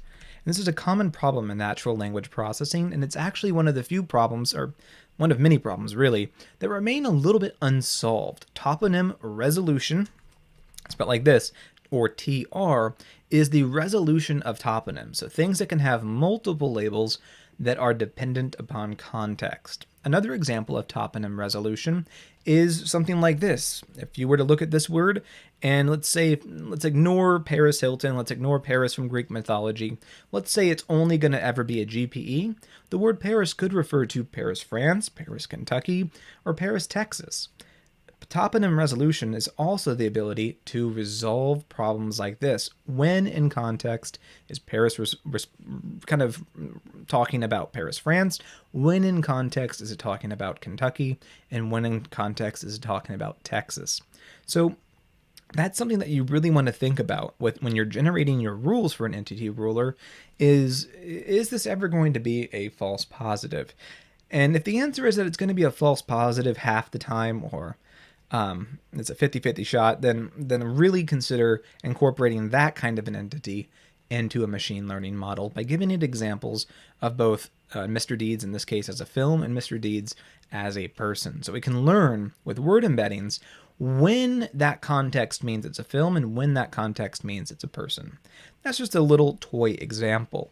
What we're going to see moving forward, though, and we're going to do this with the matcher, not with the entity ruler, is that SpaCy can do a lot of things. You might be thinking to yourself, now I could easily just come up with a list and just check and see whenever Mr. Deeds pops up and just inject that into the doc.ents. I could do the same thing with West Chesterton Fieldville. Why do I need an NLP framework to do this?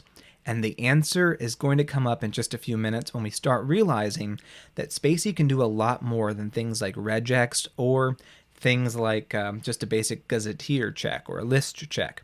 What you can do with SpaCy is you can have the pattern not just take a sequence of characters and look for a match, but a sequence of linguistic features as well that earlier pipes have identified.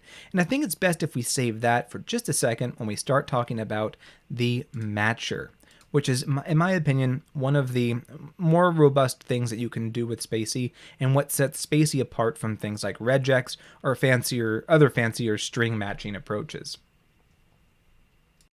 Okay, we're now moving into chapter 6 of this book, and this is really kind of, in my opinion, one of the most important areas in this entire video. If you can master the techniques I'm going to show you for the next maybe 20 minutes or so, maybe 30 minutes, you're going to be able to do a lot with SpaCy, and you're really going to see really kind of its true power. A lot of the stuff that we talk about here in the matcher can also be implemented in the entity ruler as well with a pattern. The key difference between the entity ruler and the matcher is in how the data is kind of extracted. So the matcher is going to store information a little differently. It's going to store it as within the vocab of the NLP model. It's going to store it as a unique identifier or a lexeme, spelled L-E-X-E-M-E. I'm going to talk about that more in just a second. And it's not going to store it in the doc ends. So matchers don't put things in your doc.ends. So when do you want to use a matcher over an entity ruler? You want to use the entity ruler when the thing that you're trying to extract is something that is important to have a label that corresponds to it within the entities that are coming out. So in my research, I use this for anything from, like, let's say stocks, if I'm working with finances. I'll use this for if I'm working with Holocaust data at the USHMM, where I'm a postdoc. I'll try to add in camps and ghettos because those are all important to have annotated alongside other entities. I'll also work in things like ships, so the names of ships, streets, things like that. When I use the matcher, it's when I'm looking for something that is not necessarily an entity type, but something that is a structure within the text that'll help me extract information. And I think that'll make more sense as we go through and I show you kind of how to improve examples going through it, kind of using the matcher as you would in the real world. But remember, all the patterns that I show you can also be implemented in the EntityRuler. And I'm also going to talk about, when we get to Chapter 8, how RegEx can actually be used to do similar things, but in a different way. Essentially, when you want to use the matcher or the EntityRuler over RegEx is when linguistic components, so the lemma of a word or the identifying if the word is a specific type of an entity, that's when you're going to want to use the matcher over RegEx. And when you want to use RegEx is when you really have a complicated pattern that you need to extract, and that pattern is not dependent upon specific parts of speech. You're going to see how that works as we kind of go through the rest of part 2, but keep that in the back of your mind. So let's go ahead and take our work over to our blank Jupyter notebook again. So what we're going to do is we're going to just set up with a basic example. We need to import SpaCy, and since we're working with the matcher, we also need to say from SpaCy.matcher, import matcher with a capital M. Very important, capital M. Once we have this loaded up, we can start actually working with the matcher. And we're going to be putting the matcher in just a small English model. And we're going to say NLP is equal to SpaCy.load, and you should be getting familiar with this ncore web sm, the small English model. Once we've got that loaded, and we do now, we can start actually working with the matcher. So how do you create the matcher? Well, the Pythonic way to do this, and the way it's in the documentation, is to call the object a matcher. That's going to be equal to matcher with a capital M. So we're calling this class right here. And now what we need to do is we need to pass in one argument. This is going to be nlp.vocab. We're going to see that we can add in some extra features here in just a little bit. I'm going to show you why you'd want to add in extra features at this stage, but we're going to ignore that for right now. What we're going to try to do is we're going to try to find email addresses within a text. A very simple task that's really not that difficult to do. We can do it with a very simple pattern because SpaCy has given us that ability. So let's create a pattern. And that's going to be equal to a list, which is going to be equal to, or which is going to contain a dictionary.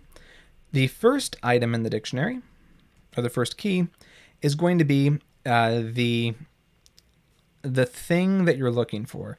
So in this case, we have a bunch of different things that the matcher can look for, and I'm going to be talking about all those in just a second. But one of them is very handily this label of like email. So if the string or the sequence of tokens or the token is looking like an email, and that's true, then that is what we want to extract. We want to extract everything that looks like an email, and to make sure that this occurs, we're going to say matcher.add, and then here we're going to pass in two arguments. Argument 1 is going to be think of it as a label that we want to assign to it. And this is what's going to be added into the nlp.vocab as a lexeme, which we'll see in just a second. And the next thing is a pattern. And it's important here to note that this is a list. The argument here takes a list of lists, and because this is just one list right now, I'm making it into a list. So each one of these different patterns would be a list within a list, essentially. Let's go ahead and execute that. And now we're going to say doc is equal to NLP. And I'm going to add in a text that I have in the textbook.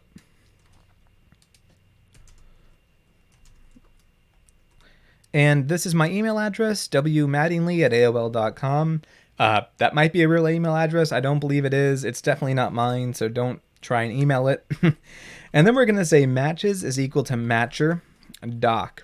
And this is going to be how we find our matches. We pass that doc object into our matcher class. And now what we have is the ability to print off our matches. And what we get is a list. And this list is a set of tuples that will always have 3 indices. So index 0 is going to be this very long number. What this is this is a lexeme, spelt like this, L-E-X-E-M-E. It's in the textbook. And the next thing is the start token and the end token. So you might be seeing the importance here already. What we can do with this is we can actually go into the NLP vocab where this integer lies and find what it corresponds to. So this is pretty cool. Check this out. So you print off nlp.vocab. So we're going into that vocab object. We're going to index it. It matches 0. So this is going to be the first index, so this tuple at this point. And then we're going to grab index 0. So now we've gone into this list. We've gone to index 0, this first tuple, and now we're grabbing that first item there. Now what we need to do is we need to say dot text. Oop. Need to do it right here.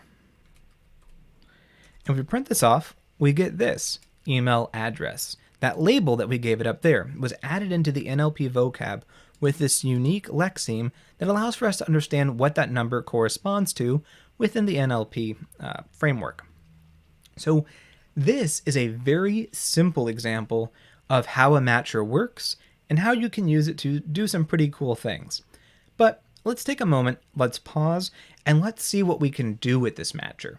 So if we go up into SpaCy's documentation on the matcher, we'll see that you got a couple different attributes you can work with. Now we're going to be seeing this a little bit. The orth, this is the exact verbatim of a token. And we're also going to see text, the exact verbatim text of a token. What we also have is lower. So what you can do here is you can use lower to say when the item is lowercase and it looks like, and then give some lowercase pattern. This is going to be very useful for capturing things that might be at the start of a sentence. For example, if you were to look for the penguin in the text, anywhere you saw the penguin, if you used a pattern that was just lowercase, you wouldn't catch the penguin being at the start of a sentence. It would miss it because the T would be capitalized. By using lower, you can ensure that your pattern that you're giving it is going to be looking for any pattern that matches that when the text is lowercased. Length is going to be the length of your token text. Is alpha, is ASCII, is digit. This is when your characters are either going to be alphabetical, ASCII characters, so the American Standard Coding Initiative, I can't remember what it stands for, but it's that, I think it's 128-bit thing that America came up with when they started encoding text. It's now replaced with UTF-8, and is digit is going to look for something if it is a digit. So think of each of these as a token. So if the token is a digit, then that counts in the pattern. Is lower, is upper, is title. These should be all self-explanatory. If it's lowercase, if it's uppercase, if it's a title, so capitalized. And if you don't understand what all of these do right now, I'm going to be going through and showing you in just a second. I'm just giving you an overview of different things that can be included within the matcher or the EntityRuler here. So what we can also do is find something that if the token is actually the start of a sentence, if it's like a number, like a URL, like an email, you can extract it. And here is the main part I want to talk about, because this is where you're really going to find SpaCy outshines any other string matching system out there. So what you can do is you can use the tokens, part of speech tag, morphological analysis, dependency label, lemma, and shape to actually make matches. So not just matching a sequence of characters, but matching a sequence of linguistic features. So think about this. If you wanted to capture all instances of a proper noun followed by a verb, you would not be able to do that with RegEx. There's not a way to do it. You can't give RegEx if this is a verb. RegEx is just a string matching framework. It's not a framework for actually identifying linguistic features, using them, and extracting them. So this is where we can leverage all the power of SpaCy's earlier pipes, the tagger, the morphological analysis, the depth, the lemma, etc. So the lemmatizer, we can actually use all those things that have gone through the pipeline, and the matcher can leverage those linguistic features and make some really cool, allow us to make really cool patterns that can match really robust and complicated things. And the final thing I'm going to talk about is right here, the OP. This is the operator or quantifier. It determines how often to match a token. So there's a few different things you can use here. There's the exclamation mark, negate the pattern, requiring it to match 0 times. So in this scenario, the sequence would never occur. There's the question mark, make the pattern optional, allowing it to match 0 or 1 times. Require the pattern to match 1 or more times with the plus, and the asterisk, the thing on the shift 8, allow the pattern to match 0 or more times. There's other things as well that you can do to make this matcher a bit more robust, but for right now, let's jump into the basics and see how we can really kind of take these and apply them in a real world question. So what I'm going to do is I'm going to work with another data set or another piece of data that I've grabbed off of Wikipedia. And this is the Wikipedia article entry on Martin Luther King Jr. It's the opening few paragraphs. Let's print it off and just take a quick look. And this is what it looks like. You can go through and read it. We're not too concerned about what it says right now. We're concerned about trying to extract a very specific set of patterns. What we're interested in grabbing are all proper nouns. That's the task ahead of us. Somebody has asked us to take this text in, extract all the proper nouns for me. But we're going to do a lot more. And not just the proper nouns, but we want to get multi-word tokens. So we want to have Martin Luther King Jr. extracted as one token, so one export. So the other things that we want to have are these kind of structured in sequential order. So find out where they appear and extract them based on their start token. So let's go ahead and start trying to do some of these things right now. Let's scroll down here. Great.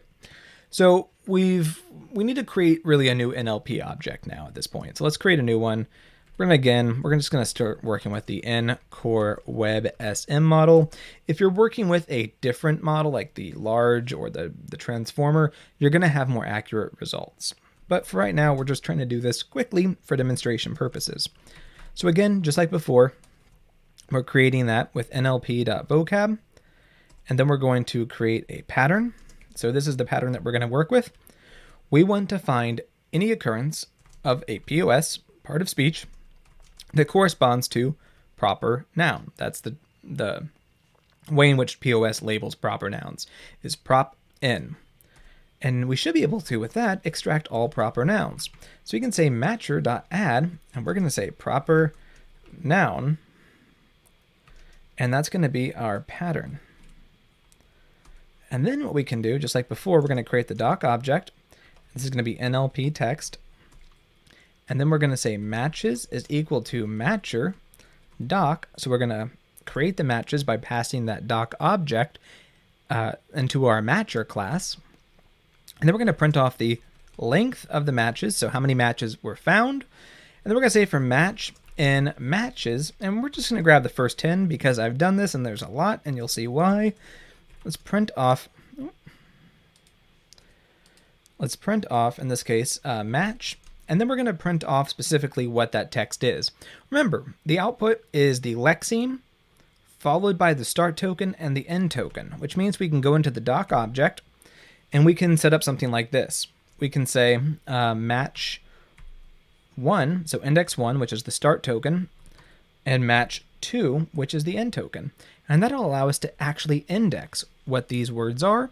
And when we do this, we can see all these printed out. So this is the match, the lexeme here, which is going to be proper noun all the way down. We've got the 0 here, which corresponds to the start token, the end token. And this is the token that we extracted. Martin Luther King Jr., Michael King Jr. We've got a problem here, right? So the problem should be pretty obvious right now. And the problem is that we have grabbed all proper nouns, but these proper nouns are just individual tokens. We haven't grabbed the multi-word tokens. So how do we go about doing that? Well, we can solve this problem by, let's go ahead and just copy and paste all this from here. And we're going to make one small adjustment here. We're going to change this to OP with a plus. So what does that mean? Well, let's pop back into our matcher under SpaCy and check it out. So OP, remember, is the operator or quantifier. We're going to use the plus symbol. So it's going to look for a proper noun that occurs one or more times. So in theory, right, this should allow us to grab multi-word tokens. It's going to look for a proper noun and grab as many as there are. So anything that occurs one or more times. If we run this, though, we see a problem. We've gotten Martin. We got Martin Luther. What? We got Luther. What? We got Martin Luther King. Luther King. King.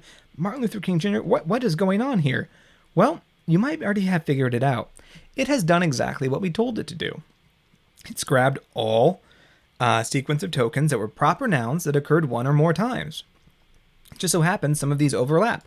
So token that's doc 0 to 1, 0 to 2. So you can see the problem here is it's grabbing all of these and any combination of them.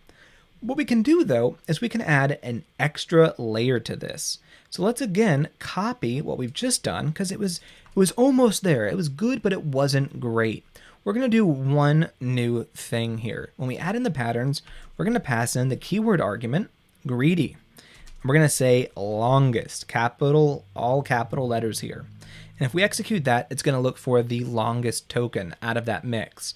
And it's going to give that one, make that one the only token that it extracts. And we notice that our length has changed from, what was it up here? 175 to 61. So this is much better. However, we should have recognized right now another problem. What have we done wrong? Well, what we've done wrong is these are all out of order. In fact, what happens is when you do this, I don't have evidence to support this, but I believe it's right. What will always happen is the greedy longest will result in all of your tokens being organized, or all your matches being organized from longest to shortest. So if we were to scroll down the list and look at maybe -1, let's do -10 on, you'll see single word tokens. And again, this is me just guessing, but I think based on what you've just seen, that's a fairly good guess. So let's go ahead and just kind of so we can see what the output is here. So how would you go about organizing these sequentially? Well, this is where really kind of a sort comes in handy when you can pass a lambda to it. Let's go back and copy all this again, because again, we almost had this right. Here we're going to sort our matches though. We can say matches.sort. And this is going to take a keyword argument of key, which is going to be equal to lambda. And lambda is going to allow us to actually iterate over all this and find any instance where x occurs. And we're going to say to sort by x1. So what this is, it's a list of tuples. And what we're using lambda for is we're going to say sort this whole list of tuples out, but sort it by the first index. In other words, sort it by the start token. And when we execute that, we've got everything now coming out as we would expect. Ignore these typos that exist. We've got 0 to 4, 6 to 9. So we actually are extracting these things in sequential order as they appear in our text. So that's how you can actually go through and sort the appearance of the matcher.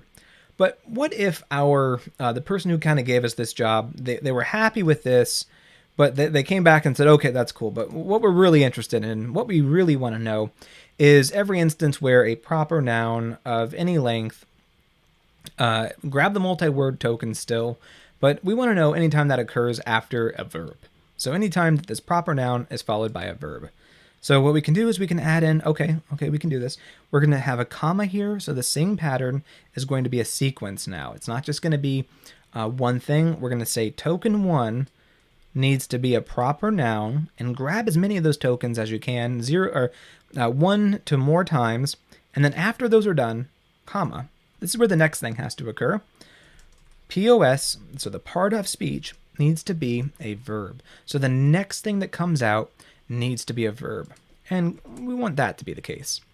Well, when we do this, we can kind of go through and see the results. So the first instance of this, where a proper noun is preceded by a verb, comes in token 50 to 52, King advanced. 258, Director J. Edgar Hoover considered. Now we're able to use those linguistic features that make SpaCy amazing and actually extract some vital information. So we've been able to figure out where in this text a proper noun is preceded by a verb. So you can already start to probably see the implications here. And we can create very elaborate things with this. We can use any of these, as long of a sequence as you can imagine. We're going to work with a different text and kind of demonstrate that. It's a fun toy example. I've got a halfway cleaned copy of Alice in Wonderland stored as a JSON file. I'm going to load it in right now. And then I'm going to just grab the first sentence from the first chapter. And what we have here is the first sentence.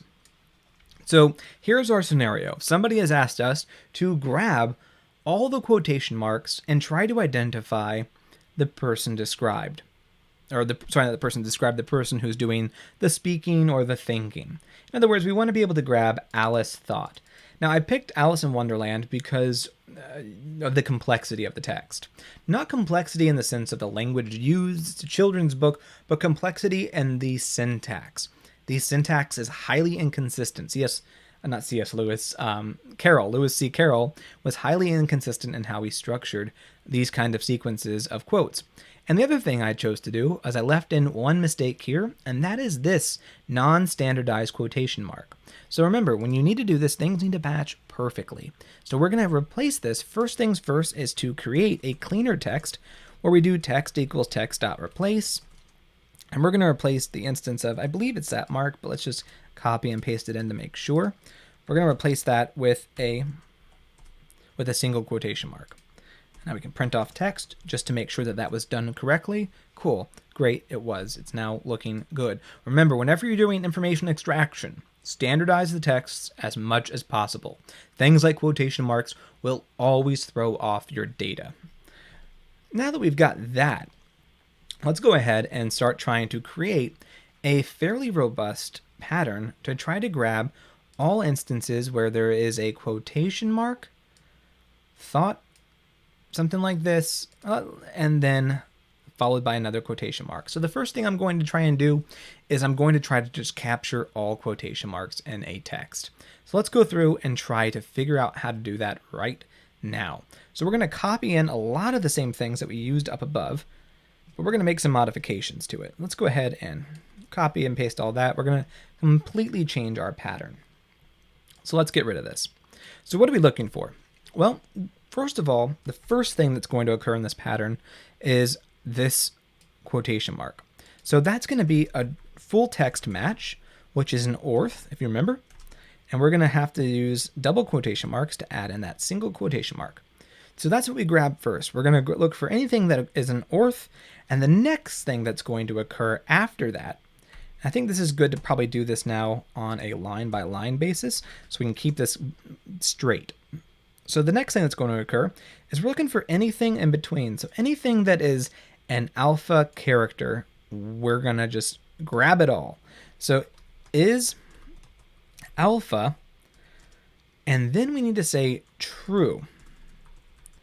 But within this, we need to specify how many times that occurs, because if we say is true, it's just going to look at the next token, in this case and then say that's the end. That's it. That's the pattern. We got it extracted. But we want to grab not just but and what is the use of everything. So we need to grab not only that, but when you say OP, so our operator again, and if you said plus, you would be right here. We need to make sure that it's a plus sign, so it's grabbing everything. Now in this scenario, this is a common construct, is when you have a injection here in the middle of the sentence, so thought or said, and it's the character doing it, it's oftentimes got a comma right here. So we need to add in that kind of a feature. So there could be is punct. There could be a punct here. And we're going to say that that is equal to true. But that might not always be the case. There might not always be one there. So we're going to say OP is equal to a star. If we go back, we'll see why. If we go back to our OP, the star allowed the pattern to match 0 or more times. So in this scenario, the punctuation may or may not be there. So that's the next thing that occurs. Once we've got that, the last thing that we need to match is the exact same thing that we had at the start. Is this orth up here. And that's our sequence. So this is going to look for anything that starts with a quotation mark, has a series of alpha characters, has a punctuation like a comma possibly, and then closes the quotation marks. And if we execute this, we succeeded. We got it. We extracted both matches from that first sentence. There are no other quotation marks in there. But our task was not just to extract this information. Our task was also to match who is the speaker. Now we can do this in a few different ways, and you're going to see why this is such a complicated problem in just a second. So let's go ahead and do this. How can we make this better? Well, we're going to have this occur twice, but in the middle we need to figure out when somebody is speaking. So one of the things that we can do is we can make a list. So let's make a list of lemmatized forms of our verbs. So we're going to say, let's call this speak underscore lemmas. It's going to be equal to a list. And the first thing we're going to say is think, because we know that think is in there, and say. This is the lemmatized form of thought and said.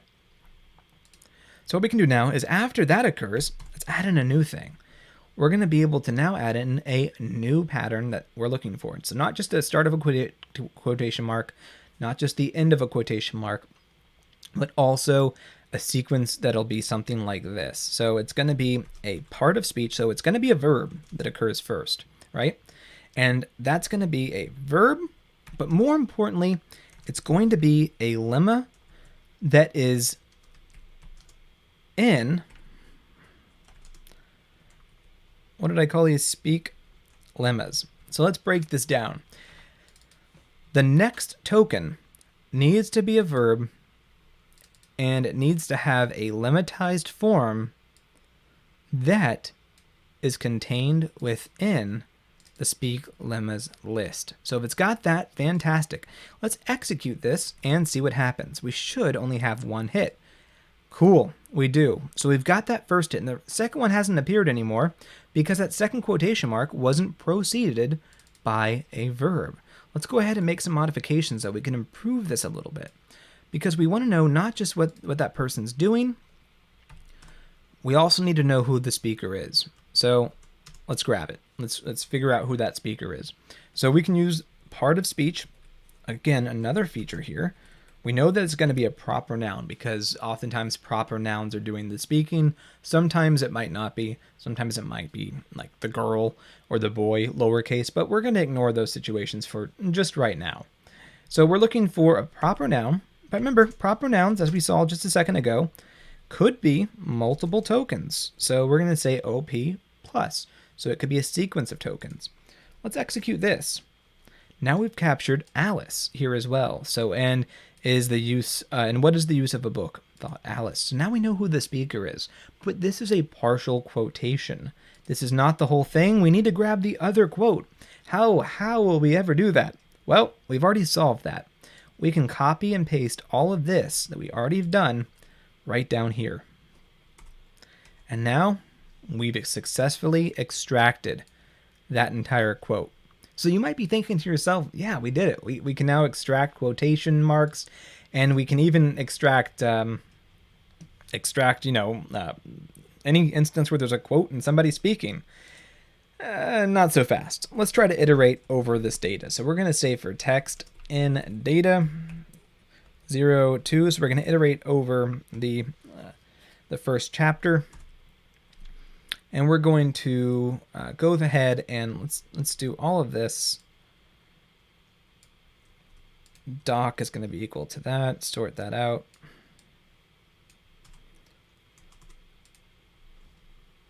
And then again, we're going to be printing out this information. It's the same stuff I did before, just now it's going to be iterating over the whole chapter. And if we let this run, we've got a serious problem. And it doesn't actually grab us anything. Nothing has been grabbed successfully. What is going on? We've got a problem. And that problem stems from the fact that our patterns, and the problem is that we don't have our text correctly removing the that quotation mark that was the problem up above. So we're going to add this bit of code in, and we're going to be able to fix it. So now when we execute this, we see that we've only grabbed one match. Now you might be thinking to yourself, there's an issue here, and there is. Let's go ahead and print off the length of matches, and we see that we've only grabbed one match, and then we haven't grabbed anything else. Well, what's the problem here? Are there no other instances of quotation marks in the rest of the first chapter? And the answer is no. There are. There absolutely are other quotation marks in other paragraphs from the first chapter. The problem is that our pattern is singular. It's not multivariate. We need to add in additional ways in which a text might be structured. So let's go ahead and try and do this with some more patterns. I'm going to go ahead and copy and paste these in from the textbook, so you'll be able to actually see them at work. And so what I've done is I've added in more patterns. Pattern 2 and pattern 3 allow for instances like this. Well, thought Alice, so an instance where there's a punctuation but there's no proceeding quotation after this. And then, which certainly said before, an instance where there's a comma followed by that. So we've been able to capture more variants and more ways in which quotation marks might exist followed by the speaker. Now, this is where being a domain expert comes into play. You'd have to kind of look through and see the different ways that Lewis C. Carroll structures quotation marks and write out patterns for capturing them. I'm not going to go through and try to capture everything from Alice in Wonderland because that would take a good deal of time, and it's not really in the best interest because it doesn't matter to me at all. What I encourage you to do, if this is something interesting to you, is try to apply it to your own texts. Different authors structure quotation marks a little differently. The patterns that I've gotten written here are a good starting point, but I would encourage you to start playing around with them a little bit more. And what you can do is, when you actually have this match extracted, you know that the instance of a proper noun that occurs between these quotation marks or after one is probably going to be the person or thing that is doing the speaking or the thinking. So that's kind of how the matcher works. It allows for you to do these things, these robust type data extractions, without relying on an entity ruler. And remember, you can use a lot of these same things with an entity ruler as well, but we don't want this, in this case, we don't want things like this to be labeled as entities. We want them to just be separate things that we can extract outside of the ints.doc.ints. That's going to be where we conclude our chapter on the matcher. In the next section of this video, we're going to be talking about custom components in SpaCy, which allow for us to do some pretty cool things, such as add in special functions that allow for us to kind of do different custom shapes, permutations on our data with components that don't exist, like an entity ruler would be a components that don't exist within the SpaCy framework. So add in custom things like an entity ruler that do very specific things to your data. Hello, we're now moving into a more advanced aspect of the textbook, specifically Chapter 7, and that's working with custom components. A good way to think about a custom component is something that you need to do to the doc object or the doc container that SpaCy can't do off the shelf. You want to modify it at some point in the pipeline. So I'm going to use a basic toy example that demonstrates the power of this. Let's look at this basic example that I've already loaded into memory. It's 2 sentences that are in the doc object now. And that's Britain is a place, Mary is a doctor. So let's do for int and doc.ints, print off int.text, int.label. And we see what we'd expect. Britain is GPE, a geopolitical entity. Mary is a person. That's fantastic. But I've just been told by somebody higher up that they want the model to never, ever give anything as GPE, or maybe they want any instance of GPE to be flagged as LOC. So all the different locations all have LOC as a label, or we just want to remove them entirely. So I'm going to work with that latter example. We need to create a custom pipe that removes all instances of GPE from the doc.ints container. So how do we do that? Well, we need to use a custom component. We can do this very easily in SpaCy by saying from spacy.language, import language, capital L, very important there, capital L. Now that we've got that class loaded up, let's start working with this. What we need to do first is we need to use a flag, so the et symbol, and we need to say et language.component, and we need to give that component a name. We're going to say, in this case, let's say remove GPE. And now we need to create a function to do this.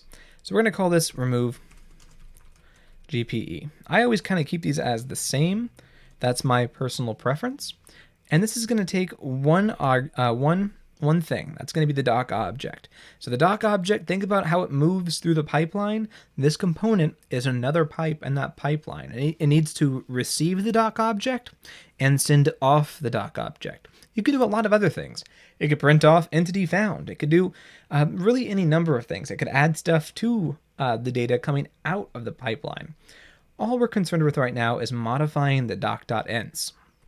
So we can do something like this. We can say original ents is equal to a list of the doc.ents. So now remember, we have to convert the ents from a generator into a list. Now what we can do is we can say for int and doc.ents, if the int.label, so if that label is equal to GPE, then what we want to do is we just want to remove it. So let's say original ents.remove, and we're going to remove the int. Remember, it's now a list. Oh, sorry, I executed that too soon. Remember, it's now a list. So what we can do is we can go ahead now and convert those original ents back into doc.ents by saying doc.ents equals original ents. And if we've done things correctly, we can return the doc object, and it will have all of those things removed. So this is what we would call a custom component, something that changes the doc object along the way in the pipeline. But we need to add it to NLP. So we can do NLP.addPipe. We want to make sure that it comes after the NER.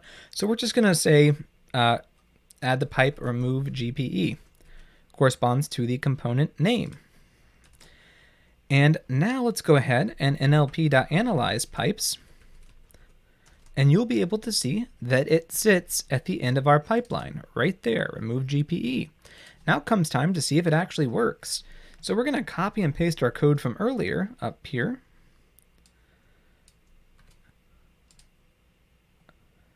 Let's go ahead and copy this. And now we're going to say for int and doc.ents, print off int.text, int.label, and we should see, as we would expect, just Mary coming out. Our pipeline has successfully worked.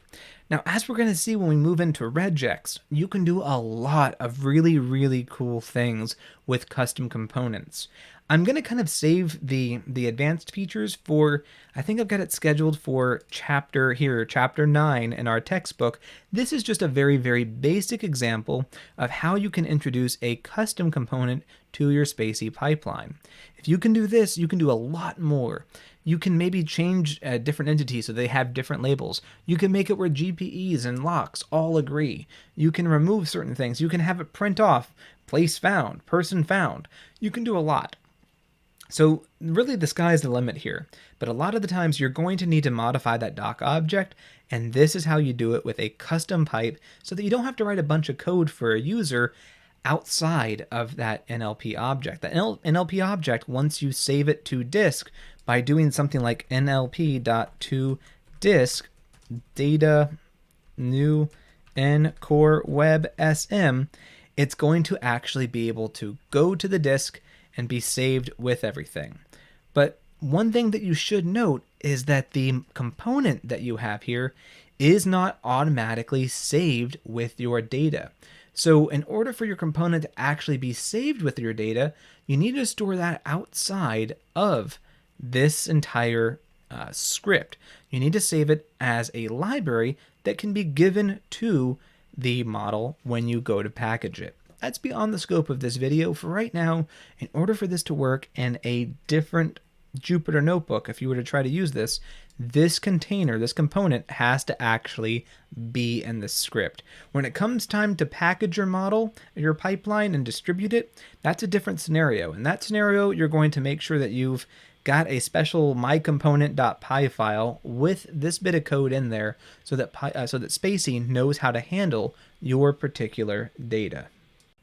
It's now time to move on to chapter 8 of this textbook, and this is where SpaCy gets really interesting. You can start applying regular expressions into a SpaCy component, like an EntityRuler, or a custom component, as we're going to see in just a moment with chapter 9.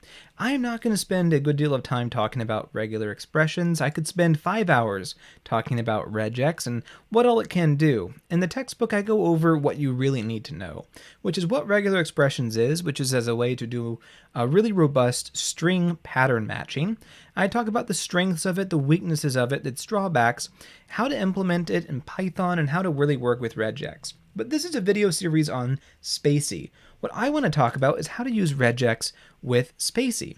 And so let's move over to a Jupyter notebook where we actually have this code to execute and play around with. If we look here, we have the same example that we saw before.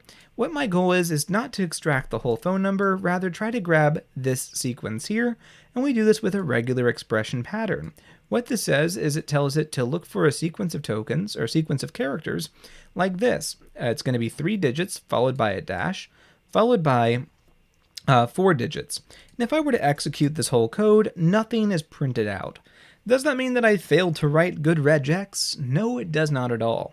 It's failed for one very important reason, and this is the whole reason why I have this chapter in here, is that regex, when it comes to pattern matching only really works when it comes to regex for single tokens. You can't use regex across multi-word tokens, at least as of SpaCy 3.1.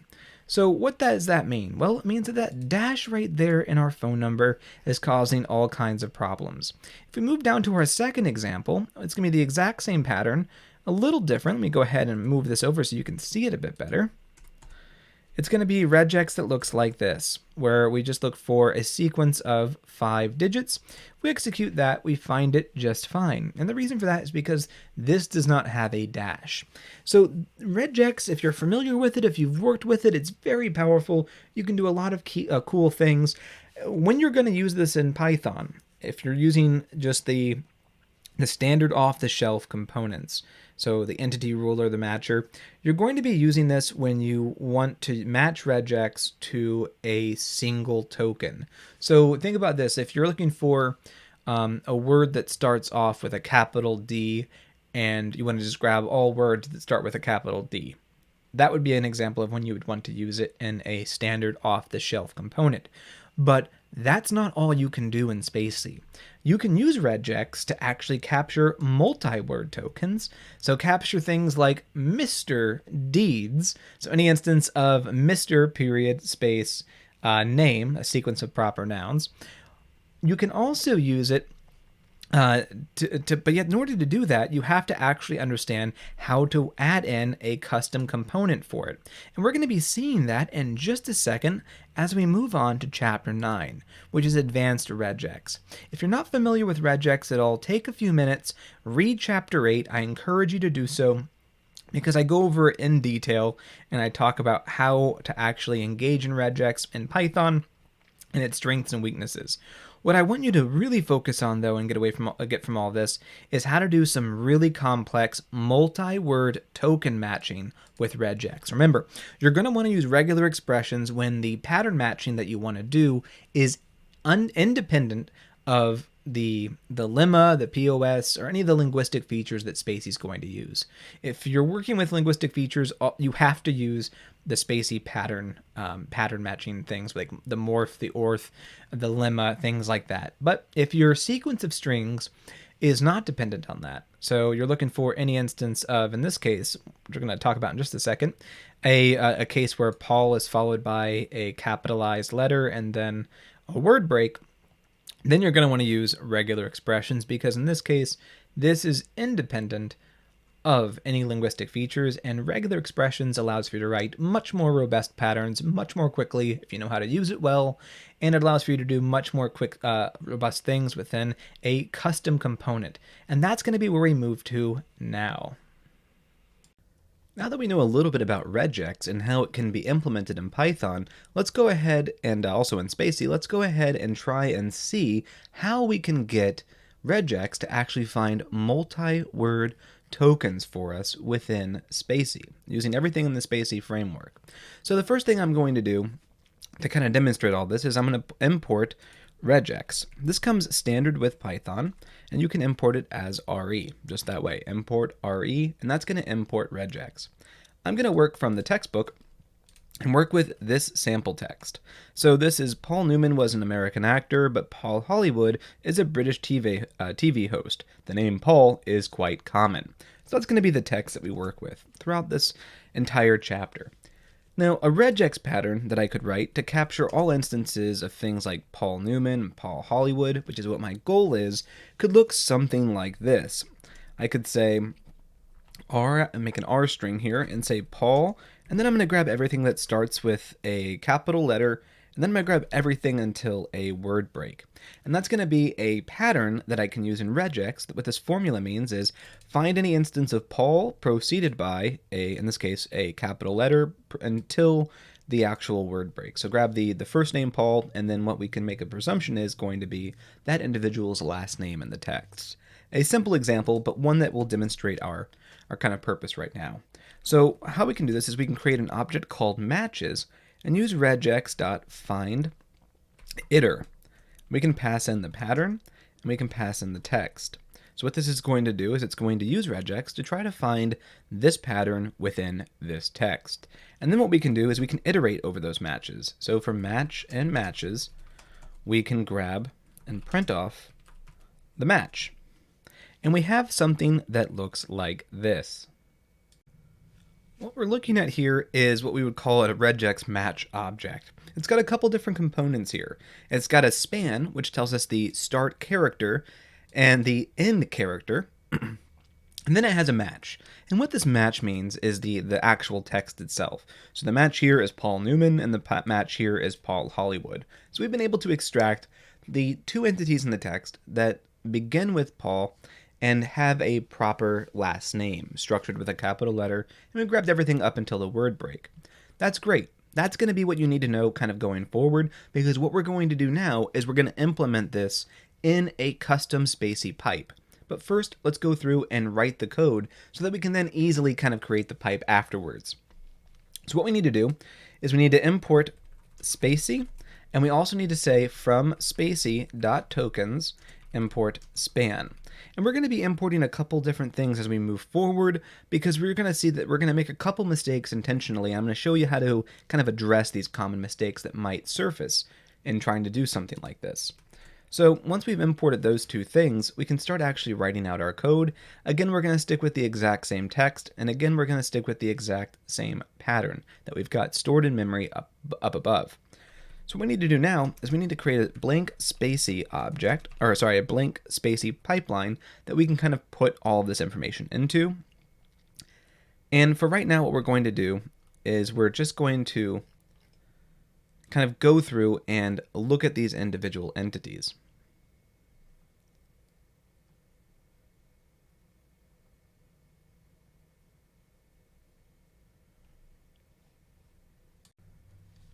So again, we're going to create the doc object, which is going to be equal to NLP text.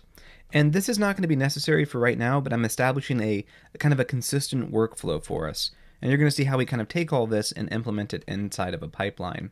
So we're going to say original ents is equal to list doc.ents. Now in this scenario, there's not going to be any entities because we don't have an NER or an EntityRuler in our blank SpaCy pipeline. What we're going to do next is we're going to create something called an NWT int, and that's going to stand for multi-word token entity. You can name this whatever you like. This is just what I kind of stick to. And then what we're going to do, and this is straight from the SpaCy documentation, we're going to say for match and re.findIter, the same thing that we saw above, pattern doc.text. So what this is going to do is it's going to take that doc object, look at it as raw text, because remember the doc object is a container that doesn't actually have raw text in it until you actually call the .text attribute. And then our goal is for each of these things, we're going to look and call in this span. So what we're going to say is start and the end is equal to match.span. So what we're doing here is we're going in and grabbing the span attribute, and we're grabbing these two components, the start and the end. But we have a problem. These are character spans. And remember, the doc object works on a token level. So we've got to kind of figure out a way to reverse engineer this almost to actually get this into a SpaCy form. Fortunately, the doc object also has an attribute called character span. So what we can do is we can say the span is equal to doc.charspan start and end. So what this is going to do is it's going to print off essentially for us. Let's go ahead and do that. It would print off for us were we to actually have an entity here. It would print off for us, as we can see, Paul Newman and Paul Hollywood. So what we need to do now is we need to get this span into our entities. So what we can do is instead of printing things off, we can say if span is not none, because in some instances this will be the case. You're going to say nwt ints.append, and you're going to append a tuple here, span.start, span.end, span.text. So this is going to be the start, the end, and the text itself. And once we've done that, we've managed to get our multi-word tokens into a list that looks like this. Start, end, Paul Newman, Paul Hollywood. And notice that our span.start is aligning not with a character span now, it's rather aligning with a token span. So what we've done is we've taken this character span here and been able to find out where they start and end within the token sequence. So we have 0 and 2. So Paul Newman, 1, this was the 0 index. It goes up until the second index. So it grabs index token 0 and token 1. And we've done the same thing with Paul Hollywood. Now that we've got that data, we can actually start to inject these entities into our original entities. So let's go through and do that right now.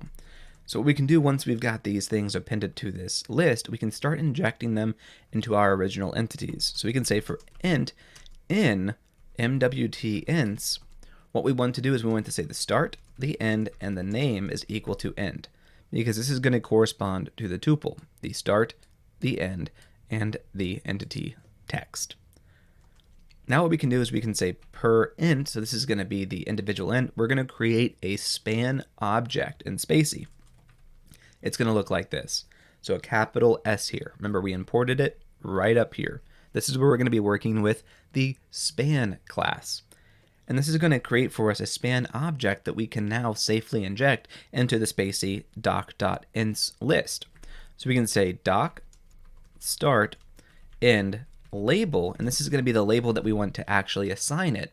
And this is going to be person in this case, because these are all people.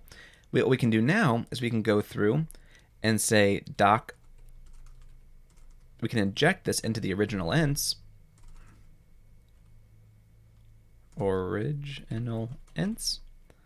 dot append, and we're going to append the per int, which is going to be this span object.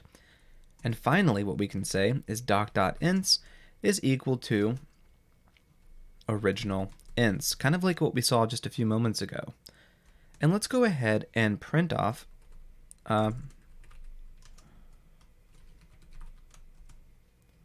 we've got our entities right there. Were we to do this up here, when we first kind of create the doc object, you'll see nothing, an empty list. But now what we've been able to do is inject these into the doc object, the doc.ints attribute. And we can say for int and doc.ints, just like everything else, int.text, int.label. And because we converted it into a span, we were able to inject it into the entity attribute from the doc object kind of natively, so that SpaCy can actually understand it. So what can we do with this? Well, one of the things that we could do is we can use the knowledge that we just acquired about custom components and build a custom component around all of this. So how might we do that? Well, let's go through and try it out. The first thing that we need to do is we need to import our language class. So if you remember from a few moments ago, whenever you need to work with a custom component, you need to say from SpaCy dot language import language with a capital L. What we're going to do now is we're going to take the code that we just wrote and we're going to try to convert that into an actual custom pipe that can fit inside of our pipeline as kind of our own custom entity ruler, if you will. So what we're going to do now is we're going to call this language.component, and we're going to call this, let's call this Paul NER. Something not too clever, but kind of very descriptive. We're going to call this Paul NER, and this is going to take that single doc object, because remember, this pipe needs to receive the doc object and do stuff to it. So what we can do is we can take all this code that we just wrote from here down and paste it into our function. And what we have is the ability now to implement this as a custom pipe. We don't need to do this because we don't want to print things off. But here we're going to return the doc object. So what we have now is a custom kind of entity ruler that uses regex across multiple tokens. If you want to use regex in SpaCy across multiple tokens, as of SpaCy 3.1, this is the only way to implement this. So now we can take this pipe and we can actually add it to a blank custom model. So let's make a new NLP, call this NLP2, is equal to SpaCy.blank, and we're going to create a blank English model, NLP2.add pipe.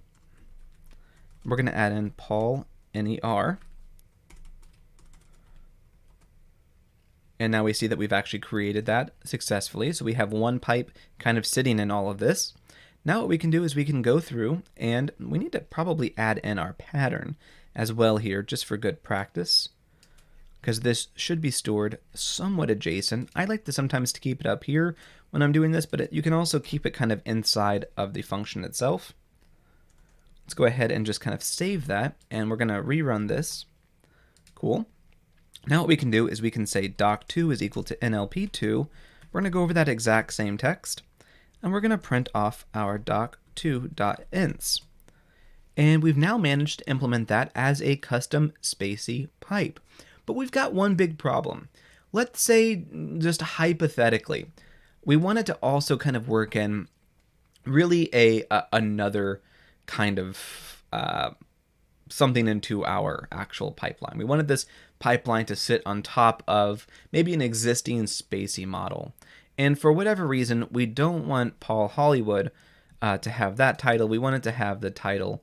Maybe we want to just kind of keep Paul Hollywood as a person, but we also want to find maybe other cinema style entities. So we're going to create another entity here instead of all of this.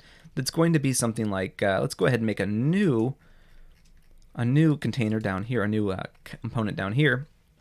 We're going to just look for any instance of Hollywood, and we're going to call that the label of cinema. So I want to demonstrate this because this is going to show you something that you are going to encounter when you try to implement this in the real world, and I'm going to show you how to kind of address the problem that you're going to encounter. So if we had a component that looked like this now, it's going to look for just instances of Hollywood, and let's call this Holly Cinema NER, and change this here as well. What we can do now is go ahead and load that up into memory. So we've got this new component called Cinema NER. And just like before, we're going to create NLP3 now. This is going to be SpaCy.load in core web SM. And so what this is going to do is it's going to load up the SpaCy small model, NLP3.add pipe, and it's going to be the, what did I call this again? The Cinema NER. And if we were to go through and add that and create a new object called doc3, make that equal to NLP3 text, we're going to get this error. And this is a common error, and if you Google it, you'll eventually find the right answer. I'm just going to give it to you right now. So what this is telling you is that there are spans that overlap that don't actually work, because one of the spans for cinema is Hollywood, and the small model is extracting not only that Hollywood as a cinema, but it's also extracting Paul Hollywood as part of a longer token. So what's happened here is we're trying to assign a span to two of the same tokens, and that doesn't work in SpaCy. It'll break. So what can you do? Well, a common method of solving this issue is to work with the filter spans from the SpaCy.util. Let's go ahead and do this right now. So we can say from SpaCy.util import filter spans. What filter spans allows for you to do is to actually filter out all of the spans that are being identified. So what we can do is we can say at this stage, before you get to the doc.ends, you can say filtered is equal to filter spans original ents. So what does this do? Well, what this does is it goes through and looks at all of the different start and end sections from all of your entities. And if there is ever an instance where there is an overlap of tokens, so 8 to 10 and 9 to 10, primacy and priority is going to be given to the longer token. So what we can do is we can set this now to filtered, and it helps if you call it correctly. Filtered, there we go. We can set that to filtered instead of the original entities. Go ahead and save that. We're going to add this again, and we're going to do doc3, and we're going to say for int and doc3.ents, print int.text and int.label. And if we've done this correctly, we're not going to see the cinema label come out at all, because Paul Hollywood is a longer token than just Hollywood. So what we've done is we've told SpaCy, give primacy to the longer tokens and assign that label. By filtering out the tokens, you can prevent that error from ever surfacing. But this is a very common thing that you're going to have to implement. Sometimes RegEx really is the easiest way to inject and do pattern matching in the entity. Okay, so here's the scenario that we have before us in order to make this this kind of live coding and applied SpaCy a little bit more interesting. Imagine in this scenario we have a client, and the client is a stockbroker or somebody who's interested in investing, and what they want to be able to do is look at news articles like those coming out of Reuters, and they want to find the news articles that are the most relevant to what they need to actually search for and read for the day. So they want to find the ones that deal with their personal stocks, their holdings, or maybe their the specific index that they're actually interested in. So what this client wants is a way to use SpaCy to automatically find all companies referenced within a text, all stocks referenced within a text, and all indexes referenced within a text, and maybe even some stock exchanges as well. Now on the actual textbook, if you go through to this chapter, which is number 10, you're going to find all the kind of solutions laid out for you.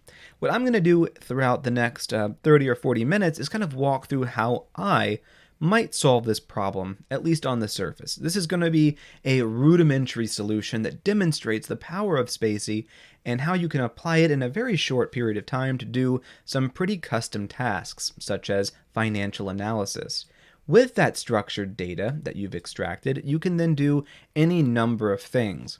What we're going to start off with, though, is importing SpaCy and importing pandas as PD. If you're not familiar with pandas, I've got a whole tutorial series on that on my channel, Python Tutorials for Digital Humanities.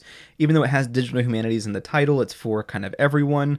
But go through if you're not familiar with pandas and check that out. You're not really going to need it for this video here. You're going to just need to understand that I'm using pandas to access and grab the data that I need from a couple CSV files or comma-separated value files that I have. So the first thing that we need to do is we need to create what's known as a pandas data frame. And this is going to be equal to pd.readcsv. And I actually have these stored in the data subfolder in the repo. You have free access to these. They're little tiny data sets that I cultivated pretty quickly.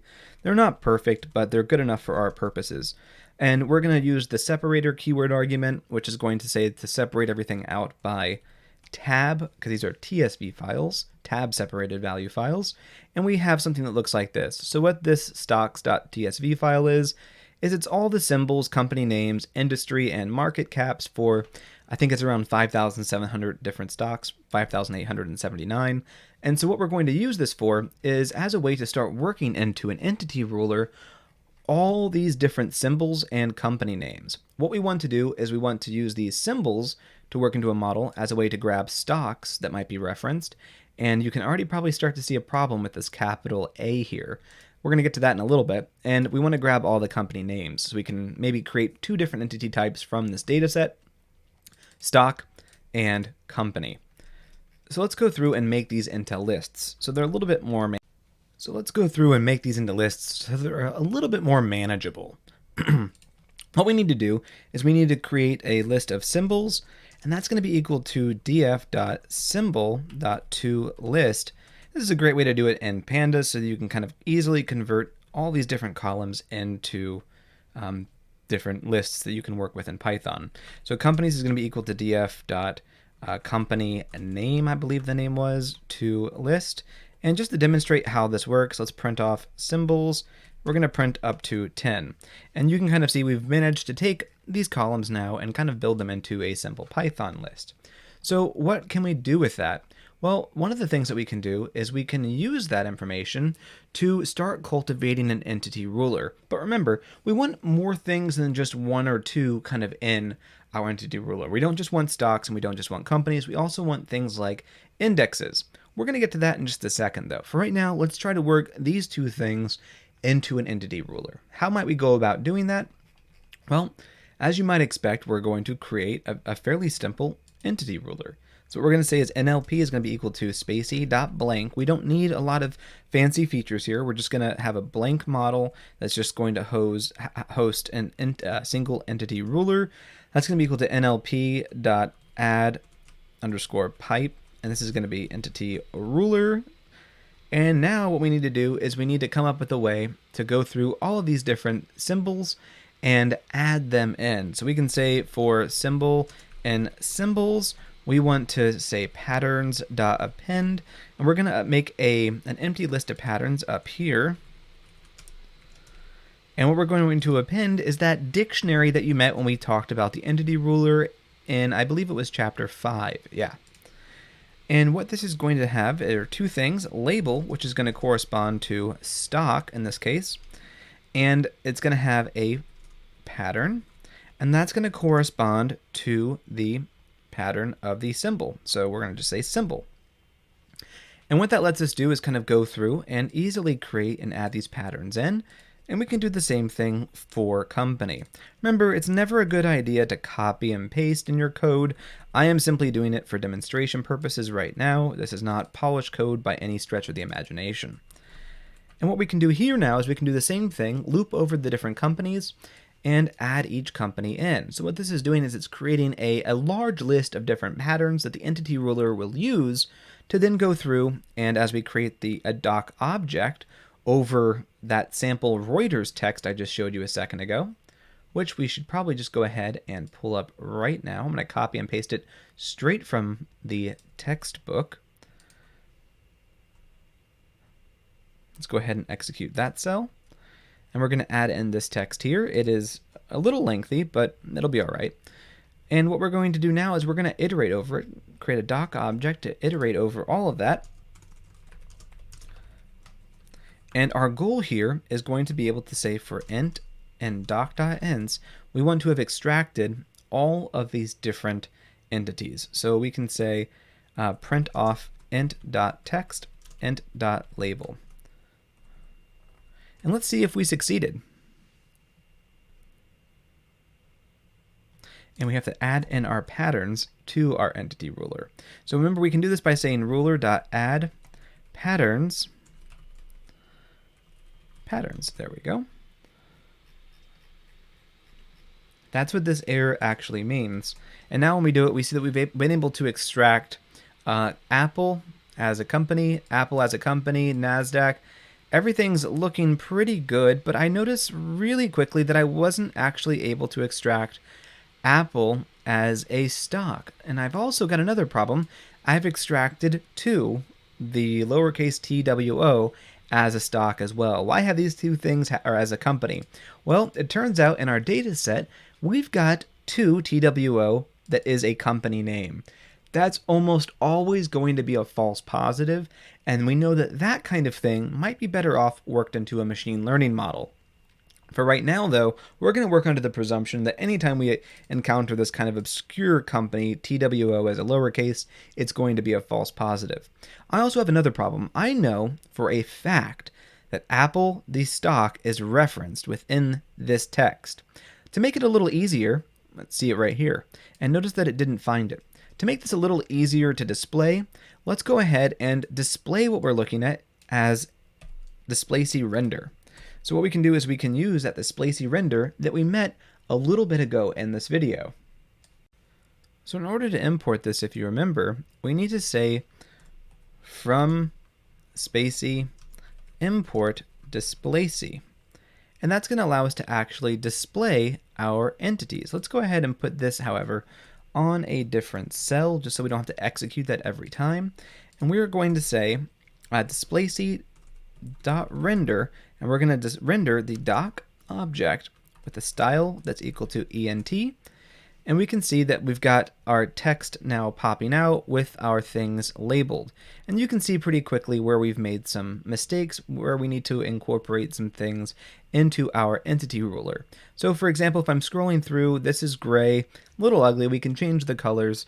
That's beyond the scope of this video though, but let's keep on going down. We notice that we have apple.io, and yet this has been missed by our entity ruler. Why has this been missed? Well, SpaCy, as a tokenizer, is seeing this as a single token. So apple.o, the letter O, capital letter O.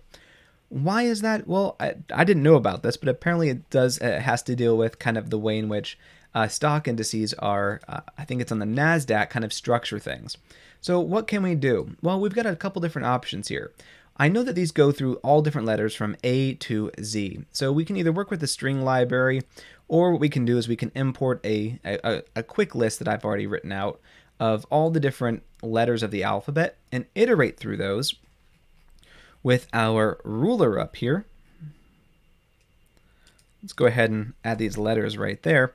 And we can kind of iterate through those, and whenever a stock kind of pops out with that kind of symbol, plus any occurrence where it's got a period followed by a letter, in those scenarios, we want that to be flagged as a stock as well. So what we can do is we can add in another thing right here, add in another pattern, and this is now going to be symbol plus, we're going to add in an F string right here, a formatted string, any occurrence of L. We can set up a loop to say for L in letters, do this. And what this is going to allow us to do is to look for any instance where there is a symbol followed by a period followed by one of these capitalized letters that I just copied and pasted in. So if we do that, we can execute that cell, and we can scroll down, and we can now do the exact same thing that we just did a second ago and actually display this. And now we're finding these stocks highlighted as stock. So we're successfully getting these stocks and extracting them. We've got a few different things that our client wants to also extract, though. They don't want to just extract companies, and they don't want to just extract stock, and they want to also extract stock exchanges and indexes. But we have one other problem. Let me go ahead and get rid of this as the display mode and switch back to just our set of entities, because it's a little easier to read for this example. We've got another problem, and we see we have a couple other stocks popping out. We now know that Kroger stock is here, the NIO.in stock is in this text as well. Now we're starting to see a greater degree of specificity. For right now, I'm going to include 2 as a set of a stop. A technical term would be like a stop word, something that I don't want to be included into the model. So I'm going to make a list of stops, and we're just going to include 2 in that. And we're going to say for company and companies, do all of this if company not in stops. We want this to occur. What this means now is that our pipeline, while going through and having all of these different things, all these different rules, it's also going to have another rule that looks to see if there's a stop, or if this company name is this stop, and if it is, then we want it to just kind of skip over and ignore it. And if we go through, we notice that now we've successfully eliminated this, what we would presume to be a consistent false positive, something that's going to come up again and again as a false positive. Great. So we've been able to get this where it works now pretty well. What I also want to work into this model, if you remember though, are things like indexes. Fortunately, I've also provided for us a list of all different indexes that are available from, I believe it's everything like the Dow Jones. There's about 13 or 14 of them. Let's go ahead and import those up above. And let's do that right here in this cell. So it kind of goes in sequential order. And it follows better with the textbook too. So it's a new data frame object. This is going to be equal to pd.readcsv. We're going to read in that data file that I've given us, and that's going to be the indexes.tsv with a separator that's equal to a tab. Let's see what that looks like. And this is what it looks like. So all these different indices. Now I know I'm going to have a problem right out of the gate, and that's going to be that Sometimes you're going to see things referenced as S&P 500. I don't know a lot about finances, but I know that you don't always see it as S&P 500 index. But I do think that these index symbols are also going to be useful. So like I did before, I'm going to convert these things into a list so it's a little easier for me to work with in a for loop. And I'm going to say indexes is equal to df2 dot index name, so grabbing that column to list, and index symbols is equal to df2 dot index symbol dot to list. And both of these are going to be different, and they're both going to have the same exact entity label, which is going to be an index. And so let's go ahead and iterate over these and add them in as well. So I'm going to go ahead and do that right now. For index and indexes, we want this label to be index. We want this to be index here. So that's going to allow us to kind of go through and grab all of those. And we want to do the same thing with index symbols. I'm going to keep these a little separated here, index symbols, and that allows for us to do that. And let's go ahead and, without making any adjustments, let's see how this does with these new patterns that we've added in. And because we've already got this text loaded into memory, I'm going to go ahead and put this right here. Doc is going to be equal to NLP text for int and doc.ints, print off int.text, int.label. And we can kind of go through, and we're actually now able to extract some indexes. And I believe when I was looking at this text really quickly, though, I noticed that there was one instance at least where we had not only the index referenced, but also a name like S&P 500 right here, S&P 500. Notice that it isn't found because it doesn't have the name index after it. And notice also that none of our symbols are being found because they all seem to be preceded by a dot. So in this case, a DJI. And so that's something else that I have to work into this model. In the list I gave, the data set, that's not there. So I need to collect a list of these different names and work those into an entity ruler as well. But for right now, let's ignore that and focus on including this S&P 500. So how can I get the S&P 500 in there from the list I already gave it? Well, what I can do is I can say, okay, so under these indices, not only do I want to add that specific pattern, let's go ahead and break these things up into different words. And so I'm going to have the words is equal to index.split, and then I'm going to make a presumption that the first two words, so the S&P 500, the S&P 400, are sometimes going to be referenced by themselves. So what I want to do is I want to work that into the model as well. And I want to say, we're going to say patterns.append, copy this as well. We can say something like dot join words up until the second index. And let's go ahead and work that into our model and our patterns, our pipeline, and print off our NLP again. And you'll find that we've now been able to capture things like S&P 500 that aren't preceded by the word index. And we see that we in fact have. So S&P 500 is now popping out time and again.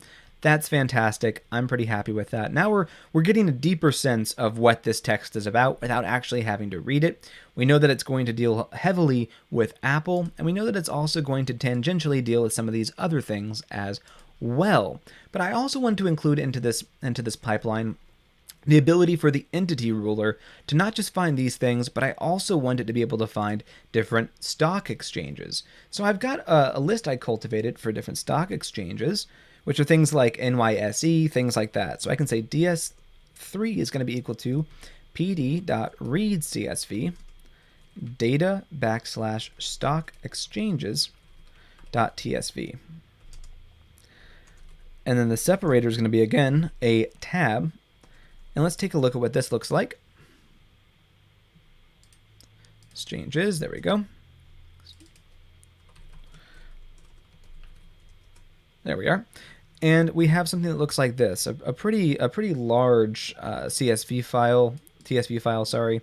that's got a bunch of different rows.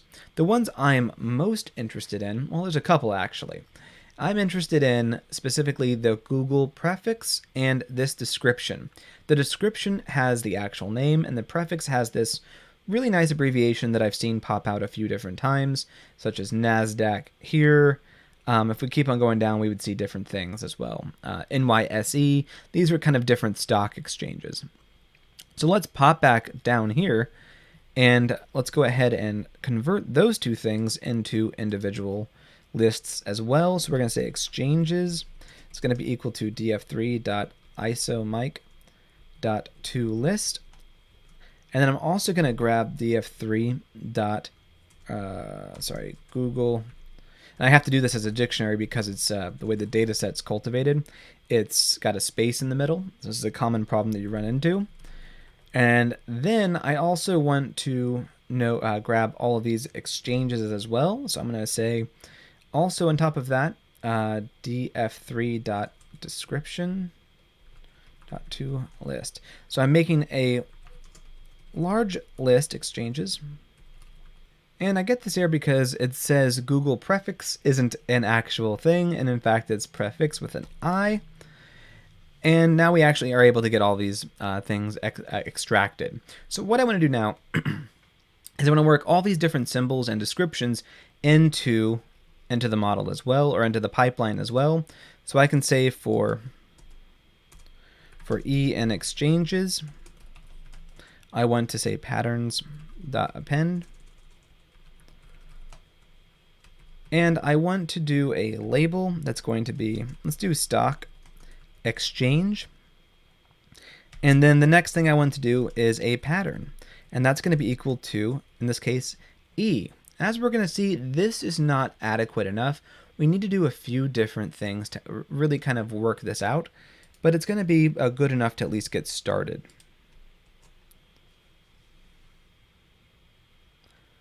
And it's going to take it just a second.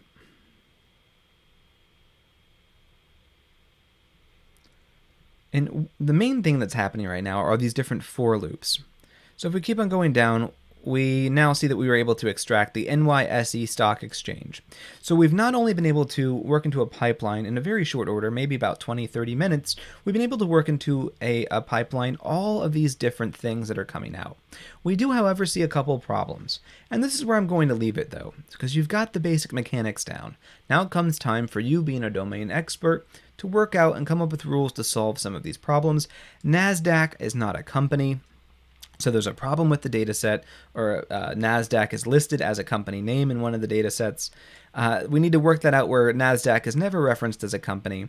We have the S&P index is now coming out correctly as S&P 500. There might be instances where just S&P is referenced, which I think in that context would probably be the S&P 500.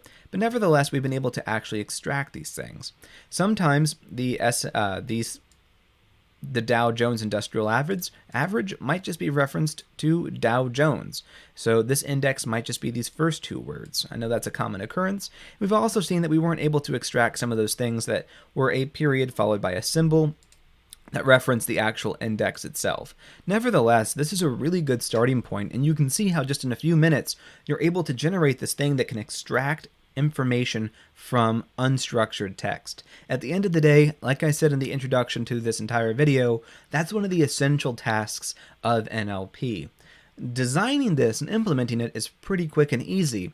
Perfecting it is where the time really is. To get this financial analysis EntityRuler working really well, where it has almost no false positives and almost never misses a true positive, it would take maybe a few more hours of just some kind of working, and eventually there are certain things you might find that would work better in a machine learning model. Nevertheless, you can see the degree to which rules-based approaches in SpaCy can really accomplish some pretty robust tasks with minimal amount of code, so long as you have access to or have already cultivated the datasets required. Thank you so much for watching this video series on SpaCy, an introduction to basic concepts of natural language processing, linguistic annotations in SpaCy, vectors, pipelines, and kind of rules-based SpaCy. If you've enjoyed this video, please like and subscribe down below, and if you've also found this video useful, consider joining me on my channel, Python Tutorials for Digital Humanities. If you have liked this and found this video useful, I'm envisioning a second part to this video where I go over the machine learning aspects of SpaCy. If you're interested in that, let me know in the comments down below, and I'll make a second video that corresponds to this one. Thank you for watching, and have a great day.